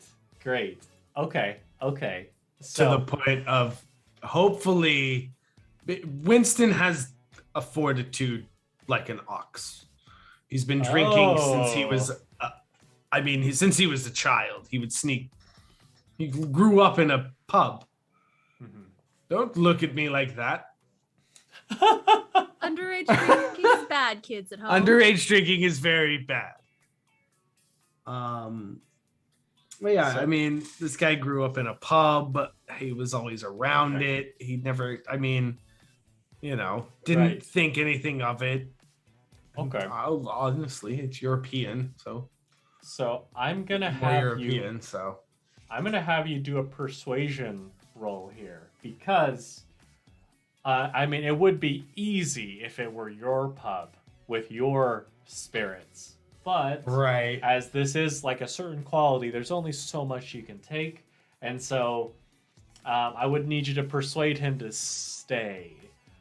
Since you are putting monies into it, I would say you'd have to pay at least 10 monies for this to get to that point. But I'll need one success since you are putting up the moolah. I just need one success. Hey, I don't do it, but thankfully I have lucky break. All right. Whipping out the scene cue? Yes, I am going to whip out the scene cue for this because I want Great. this to succeed. I want to get this guy drunk. Excellent. So, in this case, as you continue to give him drinks, he is loosening up a little bit, and he does eventually, like, you see him considering one more, and it's just tense for a moment. But then you do note that, like, while he's considering, he takes just another bite of lamb shank, and it's just one bite that's the flavors are fairly intense, and so he needs something to wash it down with. So he does take that one that pushes him over the edge to be sauced, and think about what you might want to ask him, and I will come back to you in a second as we go over to Evelyn. Evelyn, Jack is able to wrap up his storytelling with these kids. How would you like to approach this? She'll politely wait until he's done, and then trying to think.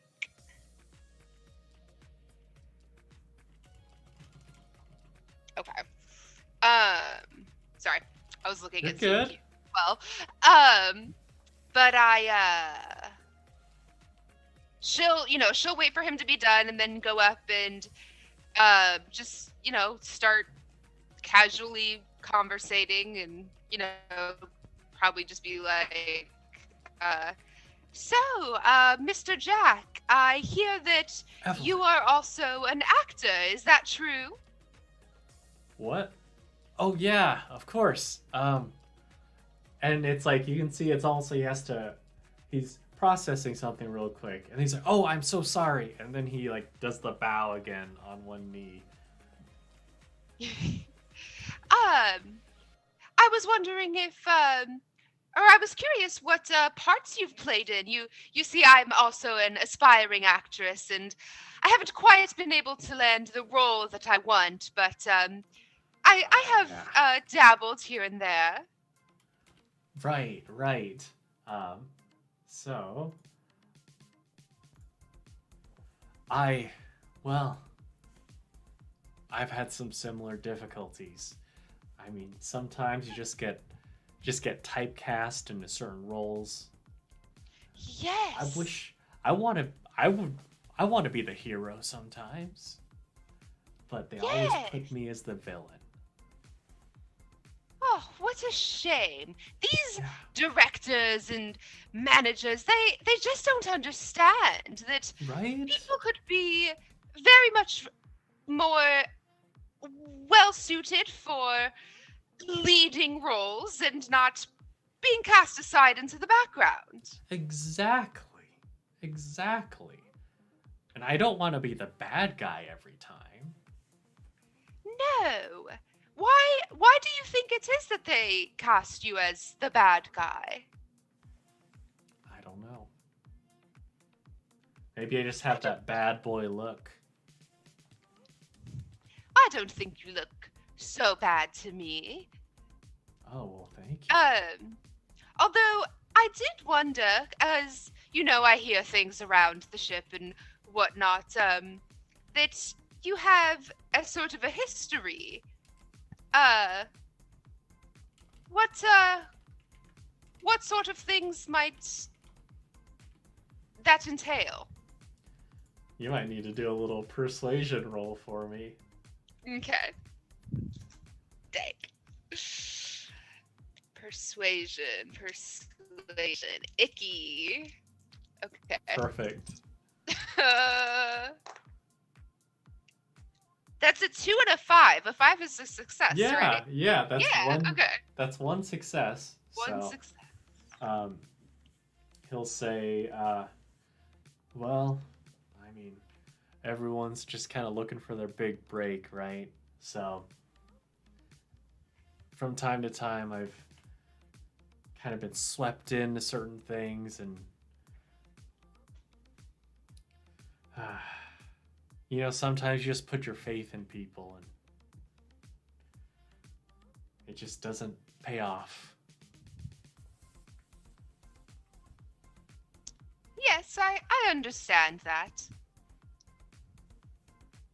Well, how is it that you came into this business? This flying goat? Well, I saw it. And then I figured, hey, if this weird thing is real, then everyone should see it. Maybe I could help my town with this. Maybe I could help the people of Chandra with this. Ah, well, how lovely, and what a good opportunity for you. So with this business being so booming and wonderful, are you still planning on pursuing acting as a career, or is this your new career? No, you of all people know, when you've got a dream, you've got to go for it. So, this is nice, and hopefully it'll be able to help me get set up and comfortable, but I can't do this for the rest of my life. I want to go and get on the stage, get on the silver screen. Ooh, my, you do have big dreams. Yeah, and with this, I might be able to achieve them. Well, I hope things work out for you, and seeing all the good you've brought to your town, maybe this sheds a new light on you, and you'll get cast as the good guy. Yeah, I hope so. Best of luck. Great. So, Evelyn, I want you to consider where you might want to go next as we shift back over to Begonia. Begonia, where would you like to go?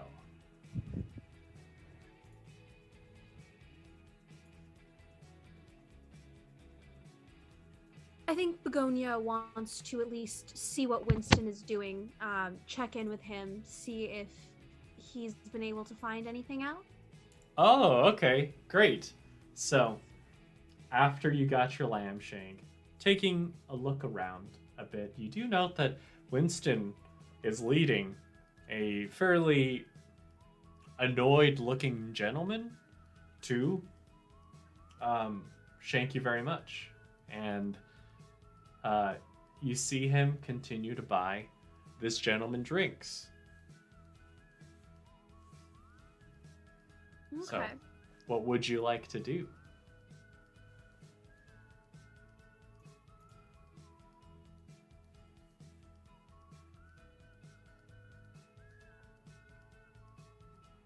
I think I'll then seeing this, Begonia will then leave him to his investigation. Great. And then just go back and look at the goat and see how it's moving. Okay. What it looks like is it's bipedal, so it's moving unnaturally for a goat. Yes. Does it look like it is moving naturally for another animal, perhaps a human? No, but I would say that based on your experiences and your skepticism, you do note that it seems to follow the same sort of movement patterns in spite of how long you've been able to look at it. It seems to move, and it's almost as though it keeps the same distance too from the ship. Okay.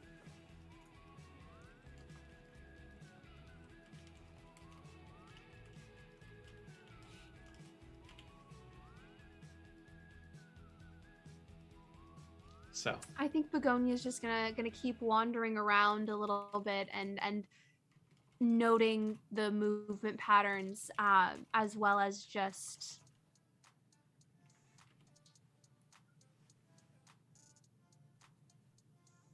putting everything together and taking a moment to think about what is happening here. great. I'd say while you're wandering around and doing that, that's probably when you catch the tail end of Jack and Evelyn talking, and how Jack seems so enamored with the idea of going to pursue his dream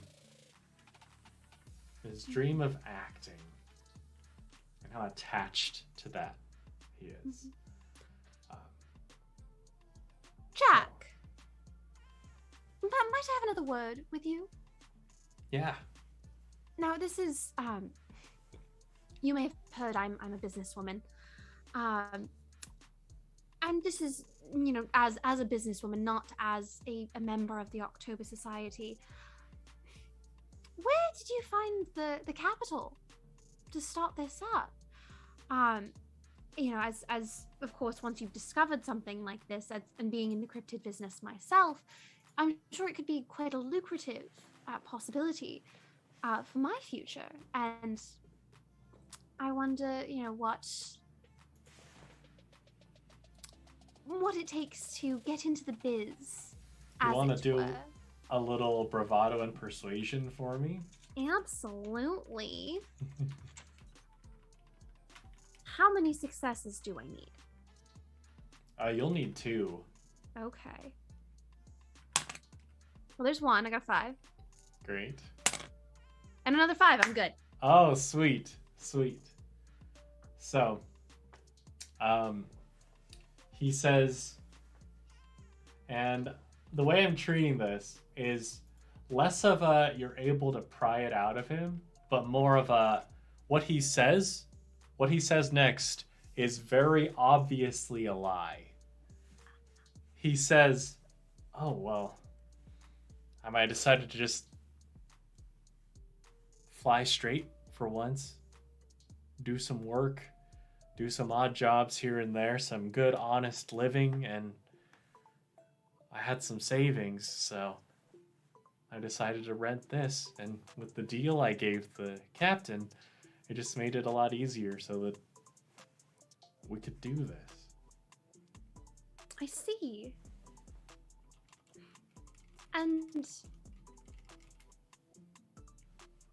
how would you explain then? I'm sorry, I of course didn't mean to eavesdrop, but while I was waiting for you by your room, I did overhear a conversation about your finances. Oh. And there being someone needing the money from you. Well, can we go talk privately? Absolutely.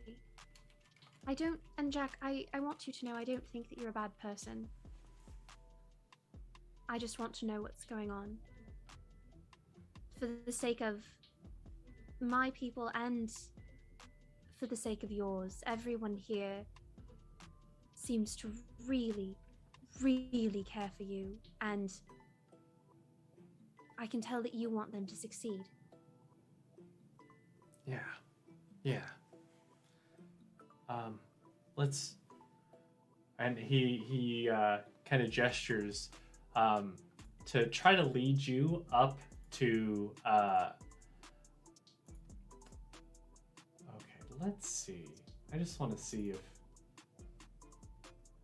Okay, he leads you towards Flying Goat Yoga, and he says, "I know the head of the yoga is over at the dojo right now.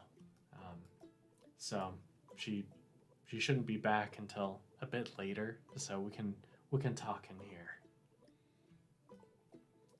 And I'll need you to roll another little bravado persuasion for me."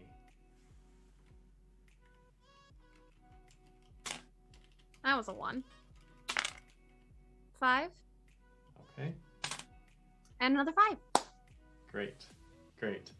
So the next thing he says is also very clearly a lie, as he says, so, yeah, to fund all this, I talked with some old friends, and, well, they were willing to put up the money, so that we could get this going. They were doing an investment here, just friends from the town, and so I was hoping that I would be able to make enough money from this so that I could pay them back. But right now, and that's a big reason why I'm trying to get more of a lump sum as opposed to the trickles of money, so that I can pay them off. And That I'm gonna didn't sound like your friend Jack. I'm gonna let that simmer for you for a second as I go to Winston. You've got him soused. What would you like to ask him? So, my friend, this doesn't seem like your scene. Yeah. You're right. I don't really buy into all this. But people do and get a lot of money. Oh, so you're a business owner. You could say that. Which one of these is your business? No, these? No. I do a little bit more under the table stuff. You know what I'm saying? I understand indeed, my friend. Yeah. Yeah, you know.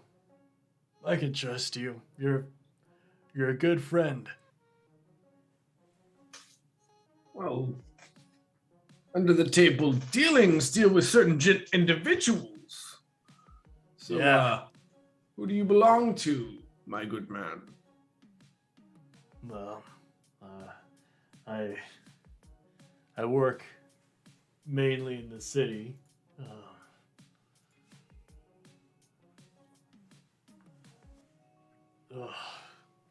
Oh, wow. I work for the Torrance family. Torrance family. Very good. Yeah, yeah.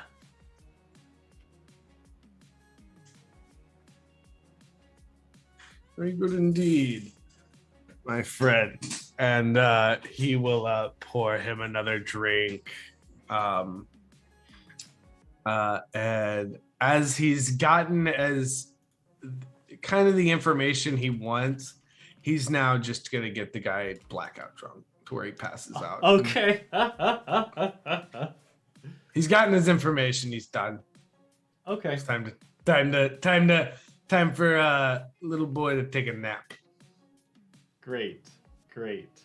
All right. So yeah, he eventually reaches the point where he's just so belligerent, and just one more sip, and you see him just kind of slump over in the chair. What do you want to do next? Where do you want to go? Winston will kind of is the gentleman wearing a hat or no? He is not. He's not. Okay, never mind then. Winston will pay the tab and apologize to the owner and say, I'm sorry, my friend imbibed a little too much. I believe it'll be best for him if he just kind of naps it off. He'll what Winston will do is Winston will escort him to a back booth and okay. lay him down in the back booth so that he's not an eyesore for the rest of the patrons. Great. And then he will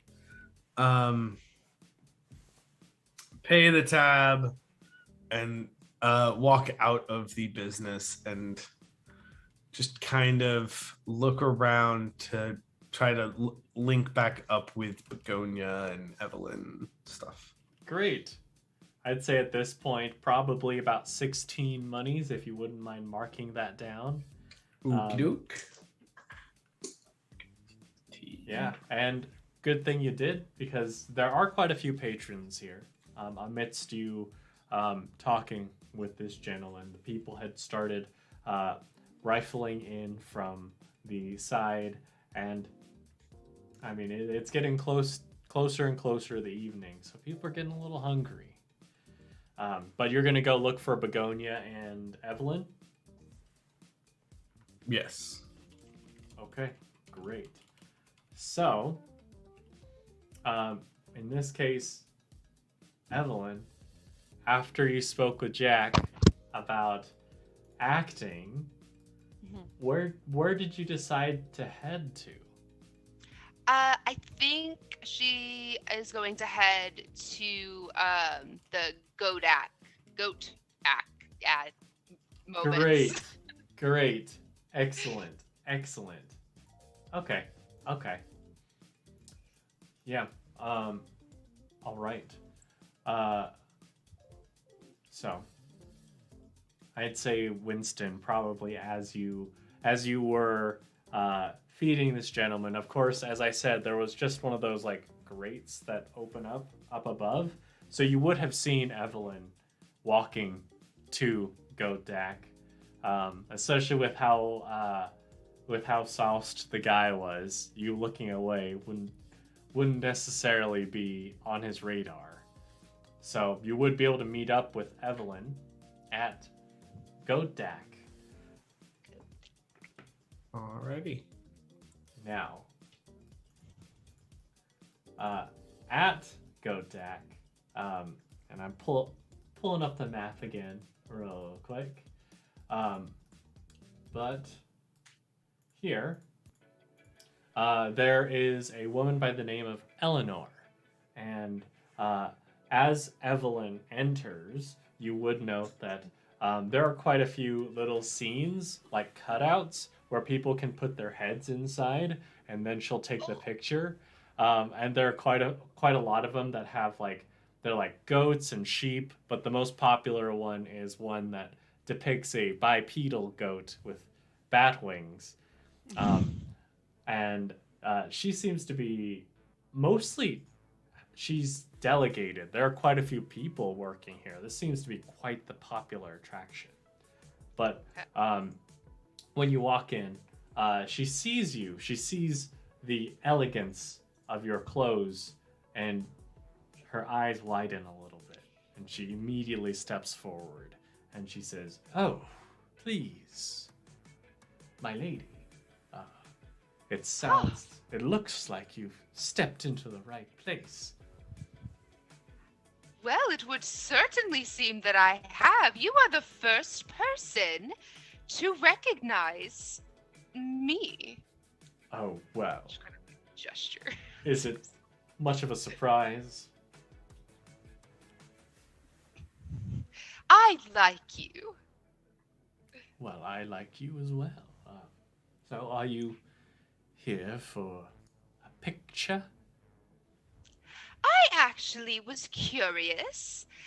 You see, I've decided to recently expand my horizons of the arts and trying to learn how to take pictures. And I was wondering if you might actually help me figure this thing out. She'll hold up her own little camera. Oh, yes. I could take a look. And I'd say at this point, that's when Winston steps in as well, as you see Evelyn handing her camera over to this fairly well-dressed woman who seems to have quite a bit of status in this Goat-ness place. Good day, Miss Evelyn. Ah, hello, Mr. Winston. What have we here? I'm getting some help with this camera, and this lovely lady here has offered to help me. Oh, very nice. Well, as you were. Don't want to bother you at all. Oh, So- no bother at all. All right. Is this your Oh, No. no, darling, no. No, my husband passed just a few years ago, and My apologies. oh, it's fine. I've found a new lease on life, as it were, and this gentleman is part of a group that I am trying to join, and part of another group that we're in. We just kind of keep meeting up, and we've encountered each other. I see. Well, yeah, let's take a look at this. And oh, my apologies. Can this wait just maybe 15 minutes? I've got an appointment Sure, that's fine. Go. If you have a prior engagement, I don't want to be a bother. Yes, my apologies. I will definitely be back. And she hands you your camera back, and she goes behind the counter and she takes out a briefcase. The two of you note that she clicks it, and as she opens it up, she like just kind of counts it up. And you'd be able to notice that even from a side angle, you can see like just the corners of bills. Mm-hmm. And it looks like she's just making sure. She's all right. Locks it and then starts heading out and says, I'll be back in a little bit. So, quick question. When Begonia was listening to, what's his name, Jack, was the other voice male or female sounding? Do we know? Did we know? The other voice sounded masculine. Okay. Interesting. Okay. So, Yeah. what do you two do as she leaves with a little briefcase? Winston's gonna follow her, tail her. Oh. Okay. He needs to. He understands that something involving that, because yes, he knows who the Torrance family is. Mm-hmm. He's had run-ins with them at the pub before. Probably, I would say, is on. I don't know. I would say might be on good terms with them. Okay. But you know, he because you know, if you're a bar, especially at certain point, Right. you have to deal with those people. Yeah. So he understands. Probably, I would say he probably understands how they operate. Mm-hmm. And so he wants to know that this money isn't going to be wasted. It's his primary concern. I want to be clear. Winston's concern is for the owners of these shops, the small townsfolk. He does not care about Jack. He cares Great. about the owners of these shops and making sure that they are not being swindled. Great. As Winston, as you begin to tail, like both Winston and Evelyn would be able to see that as she's leaving, the owner of Shank You Very Much is also leaving her her shop with a little brown sack. Huh. I've got Winston tailing. What is Evelyn doing? So, I don't think Evelyn is suspicious of anything or actually knows that there's anything going on. Because I don't think, Okay. I think all of the suspicion has been between Winston and Begonia, and she's been off doing something else every time. Okay. So, she's just gonna hang out in Godak moments and, like, maybe just, like, play around with the cutouts and, like, just bide her time and wait until Eleanor comes back. Great. Okay. So, at the moment, Winston, as you're following, you do note that the other shop owners are also leaving their respective stores. From Vincent Van Goat, a very elderly woman with just pure white hair that's been permed into an afro. She steps out of Lamb Chop Karate with a big black belt around her waist. And yeah, it seems like all these vendors are following suit. And I'm going to cut over to Begonia real quick because Jack,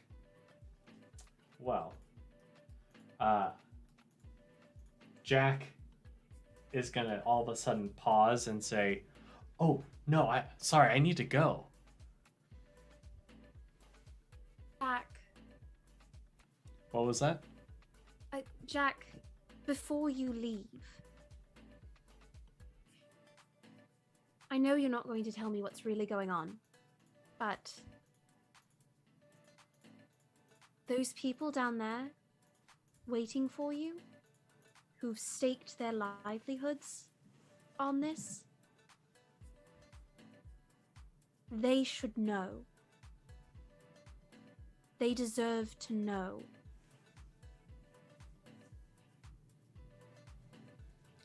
They deserve to know what you were willing to do for them.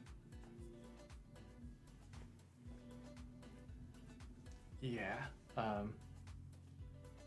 Yeah, I'll make sure they know. I'll tell them. Good, because if you don't, I will. Yeah, it'll be fine. It'll be fine. And you can kind of see that he's very hastily gonna try to step out from flying goat yoga. What do you do? I follow him. Great. You know, at this point, he's like, he kind of checks his watch, and then he begins sprinting up. And timeline-wise, Winston, when you were following the other vendors, they were all going upstairs, and I'd say they all made their way up before Jack left Begonia. And Winston, you see that Eleanor and all these other vendors, they're heading into like this meeting room. And each of them look very happy. They all have their own little container of sorts. And as they all gather, like the way you're tailing Eleanor, you're able to kind of fall in line very easily to the point where you're able to slip in without anyone really second guessing. Maybe their minds are elsewhere. And then Winston, and this table, it's like this long oval table. Everyone has a seat. Winston, do you sit? Yes. Great. And in bursts Jack. And as Jack busts in through the door, he's a little out of breath. And he says, "Sorry, everyone. You know how it is. Just gotta put on a show for the kids, right?" And everyone is like, "Oh yeah, that good old Jack." And he says, "All right, let's get down to business." And as he says that, that's when Begonia, you're able to follow closely enough that the door is still open. Like once he bursts through, he immediately starts addressing everyone. The door is still open. You're at the doorway. What do you do? I'm just gonna stand somewhere that Jack can see me Okay. and Great. just fold my arms. Great. Okay. So, Evelyn, downstairs, seeing all the kids, seeing all the people working here. One of the workers comes up to you and says, "Are you friends with Eleanor?" No, I only just met her, but I had some questions about working my camera, and she said that she had to go, so I figured I'd wait for her here. Oh yeah, I mean it shouldn't take too long. She's just buying back her 50% of her share. Ah, and her share of what? The sales, since since Jack introduced this business idea to everyone, he was gonna sell it back when he leaves. Oh, interesting. Ah, so everyone here in on the ship had a part in the helping with the goat. No, he told them about it, and he brought them in on it, and since he found it, he figured 50-50 would be great.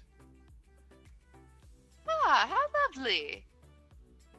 So they're all giving him their share of 10,000 to be able to get 100% of the profits. Interesting, from everybody. Yeah, yeah. Wow, that's quite a lot of money for the common folk.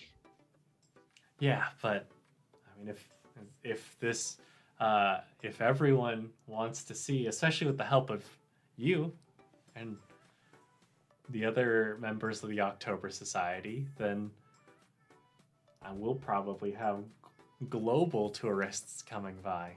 We're gonna make it back, no sweat.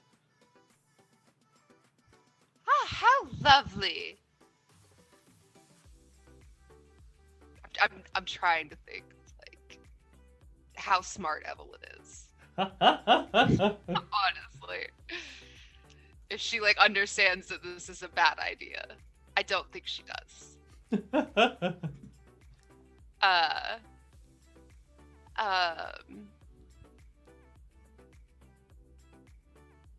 I think so. Yeah. So she's gonna be well. If everyone is up in this meeting, I might actually go see what it's all about. And she might go up to where she saw like Winston and Begonia and everyone walking Great. to get to the meeting. And go Sounds join. good. Sounds good. So, it'll take you a beat, but Begonia and Winston, Begonia in the doorway. All right, you've stepped in, so he can see you. Winston, you're seated, and he says, "Everyone, thank you so much. You have been so wonderful to follow me on this journey. Thank you for believing in me, and I'm just so happy that I could give something back." And the other people around the table are all like smiling, they're all happy. And one of them, the one wearing the older woman with the white hair wearing the black belt, she says, "Oh well, don't worry. At the moment," and she takes out a little handbag of her own that's just like it seems overpacked. You do see some bills poking out, and she unzips it, and you just see more of the money like just springing forth, and she says, "Well, with how much business you've given us, and hopefully it'll continue, this will be just a drop in the bucket."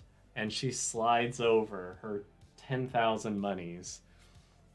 Oof. And you begin to see like the other the other merchants also sliding over in various containers. And like as all the money is collected in front of Jack, that's when Evelyn, you reach the door. You see through the doorway Jack with all these stacks of cash in front of him. What are you doing, Evelyn? Are you going in? Yes. Yeah, Evelyn will go in. Okay. So, Evelyn, you're in. Winston, Begonia, is there anything you would like to do? Because you can see, as his eyes gaze over the piles of money, you can see just this look of a little bit of greed in his eyes. But then he immediately like rubs his eyes as though he's trying to rub away tears. But I mean, in this case, even beforehand, there were no tears. But he says, You're all amazing. Thank you. I'm gonna put this to good use." And he begins to grab the stacks of money. Begonia's going to take a step forward and say, before you leave, Jack, is there anything that you'd like to say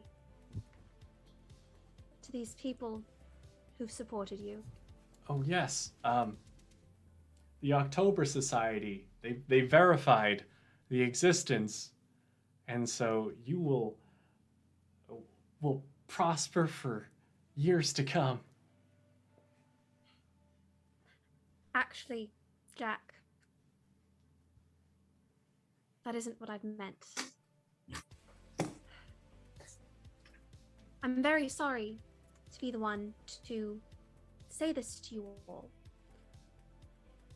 but it is my opinion, as a member of the October Society, after observing today this winged goat, its movements,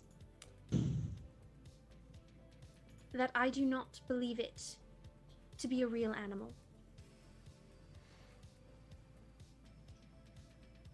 I will not be able to make a statement to any members of the press in good conscience stating that it is real. However, something that I can verify is how much this man cares for everyone in this room, and how badly he wanted to do right by all of you after years of not being able to, years of not being able to succeed at finding a treasure, that he wanted to do well by all of you so badly, of what he was willing to do and the danger that I believe he was willing to put himself in order to make all of you proud. So, I'll say this. When you initially make the statement that you can't verify, there are quite a bit of like rumblings and mumblings as the people are like, what? We've put so much into this. And as you begin gushing over Jack, like, he you see him kind of back away from the money a little bit, and then he bolts out the door. Oh, Jack. I'm very sorry to everyone here. I know how high your hopes were. I believe that this creature is some sort of programmed animatronic. It certainly does look real enough that people have been enjoying it. And I do hope that they will continue to enjoy it. However, I cannot tell you what to believe, but from my observations, this is what I've seen.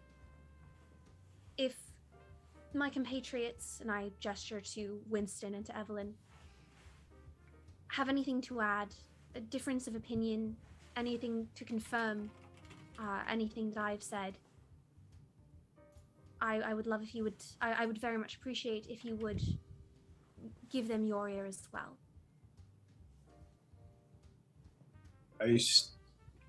I stand by Miss Begonia. Unfortunately, although the beast that this Jack fellow has presented you as fake, I don't see why everybody else should know that it's fake. Because, well, what's so wrong with everyone trying to make their own dollar? It's not doing any harm, and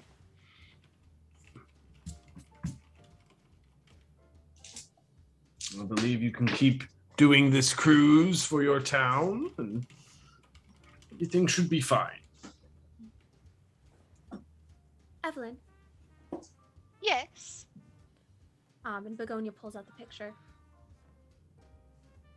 Although we, as the October Society, cannot put forward a public statement on that this is on the truth of this matter, I don't believe that we will make a statement either way, that it is true or that it is fake.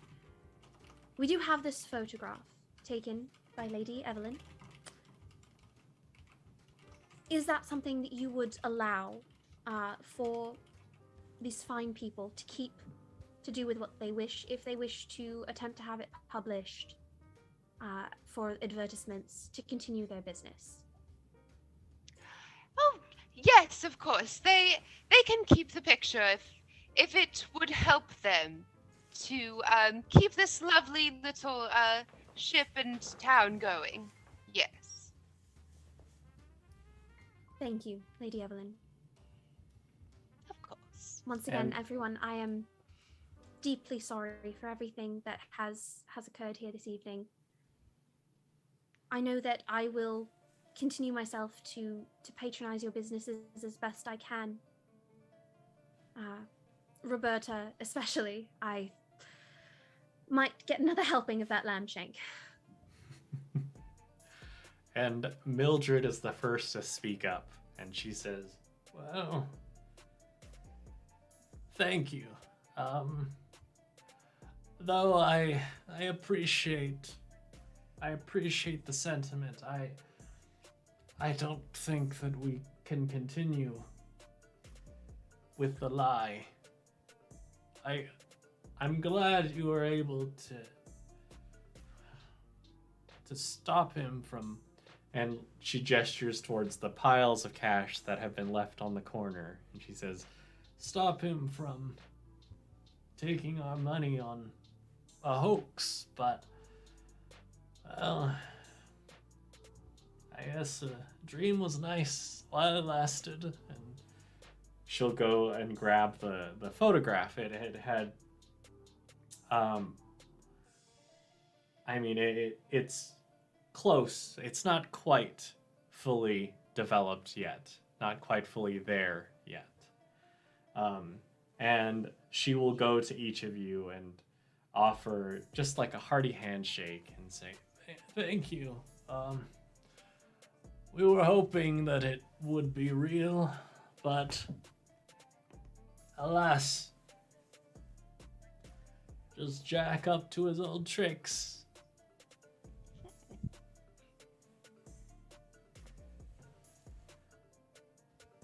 Now, Evelyn might put in a good word for Jack and just be like, try not to be too hard on him. I do think he did have the best of intentions. It just went about it the wrong way. I agree. It seems to me that Jack's motivation, his main motivation, was to make you all proud and to do well by all of you. and everyone else seems to be in just like a state of indignation.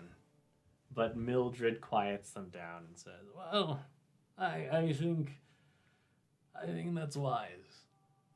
You three have wisdom beyond your years.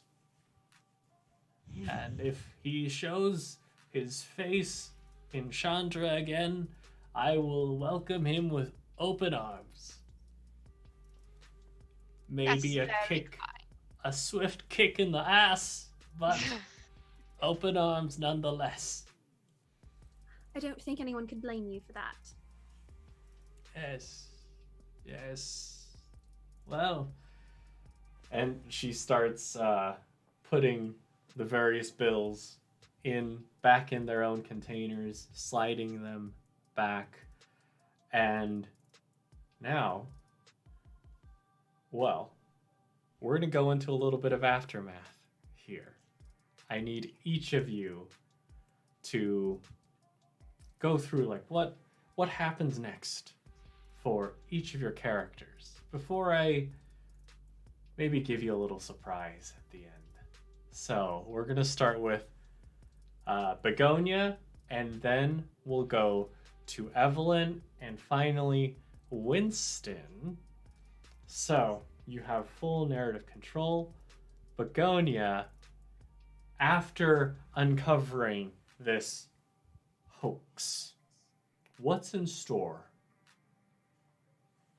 I think in the immediate sense, there's a pub opening that she has to be at. Hopefully it's not gotten too late that they've missed the whole thing, but I think that Begonia, it would be pretty important to her to be there for Winston that evening. And then in the future, just taking each day as it comes and learning how to run this business, and also just continue figuring out like, okay, you know, this is who I am now that I am not a maid or a wife. Great. Evelyn, Yes. what happens in the aftermath? I think Evelyn will also go and support Winston for the opening of his pub, and ask specifically for him to make the drink that he made for her earlier so that she could fully enjoy it. And then I think she has found a new love of creating things herself, and so she might like buy herself a little easel and like a little paint set and practice painting and making things, and she still has her camera, and she'll maybe, you know, go around just taking pictures of random things that she thinks are cool. Excellent. Yeah. Winston. Winston's got a pub to run. That's what Winston's doing. Great. That's what a Winston wants to retire doing. Great. Yeah. Winston. Yeah. The fade out on Winston is Winston behind the bar, serving drinks. Excellent.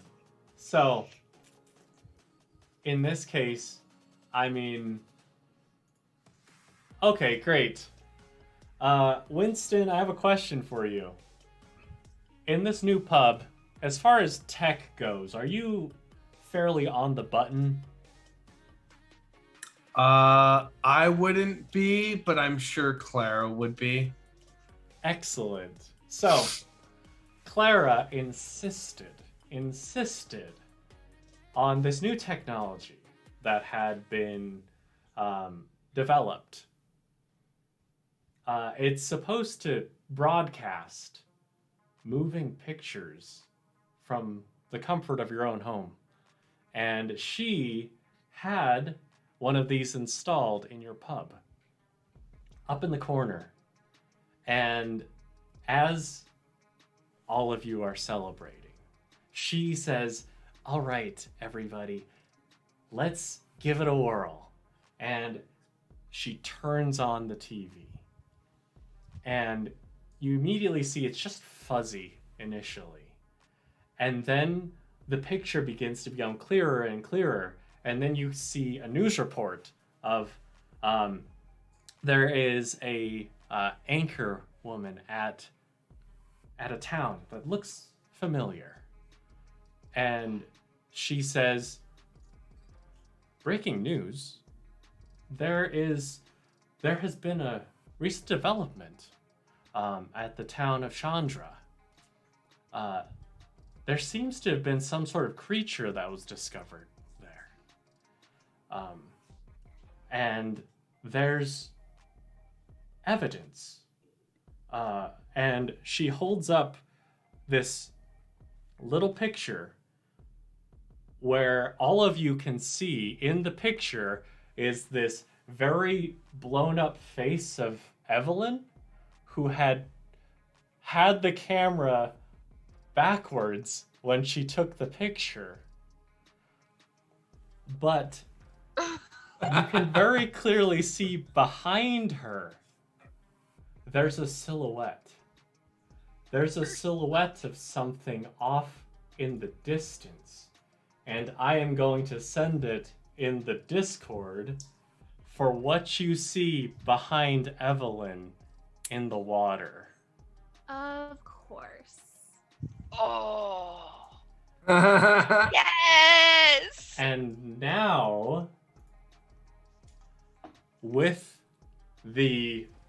this discovery, the town of Chandra continues their cruises, but not with the flying goat, but instead this mythical creature of the lake. And that is where we conclude this session of Flabbergasted, y'all. That's awesome. I love it. So, here, Sorry. as always, thank you all so much for watching. Big thank you to our players for being absolutely incredible, as always. And big thank you to Fleur and Chelsea of the Wanderer's Tome for creating such an incredible game. If you want to play this, if you want to get your own copy, I've left a little link in the description for pre-orders. I mean, get your hands on it. It's such a fun system. I love it. Now, I've been Matt. You can find me here at Improv and D&D.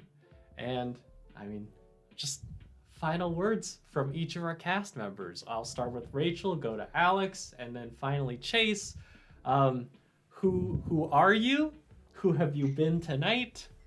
Where can people find you if you want them to find you? And any last words? Rachel. My name is Rachel. I have been Begonia this evening. You can find me by screaming into the night. And as far as my final word, huitlacoche. Sweet. Alex. Hey, I'm Alex. I played Evelyn this evening. You can find me at twitch.tv/rtdfw every now and then. And this was super fun. Thank you. Awesome. I'm so glad. Absolutely. And I'm Chase. I was Winston tonight. And you can also find me at twitch.tv/rtdfw. Thank you. Wonderful. So, thank y'all for tuning in. Big thanks again to our players. Big thanks again to Wanderer's Tome, Fleur and Chelsea. And, oh man. Well, until next time, have a good night, everybody. Bye. Bye.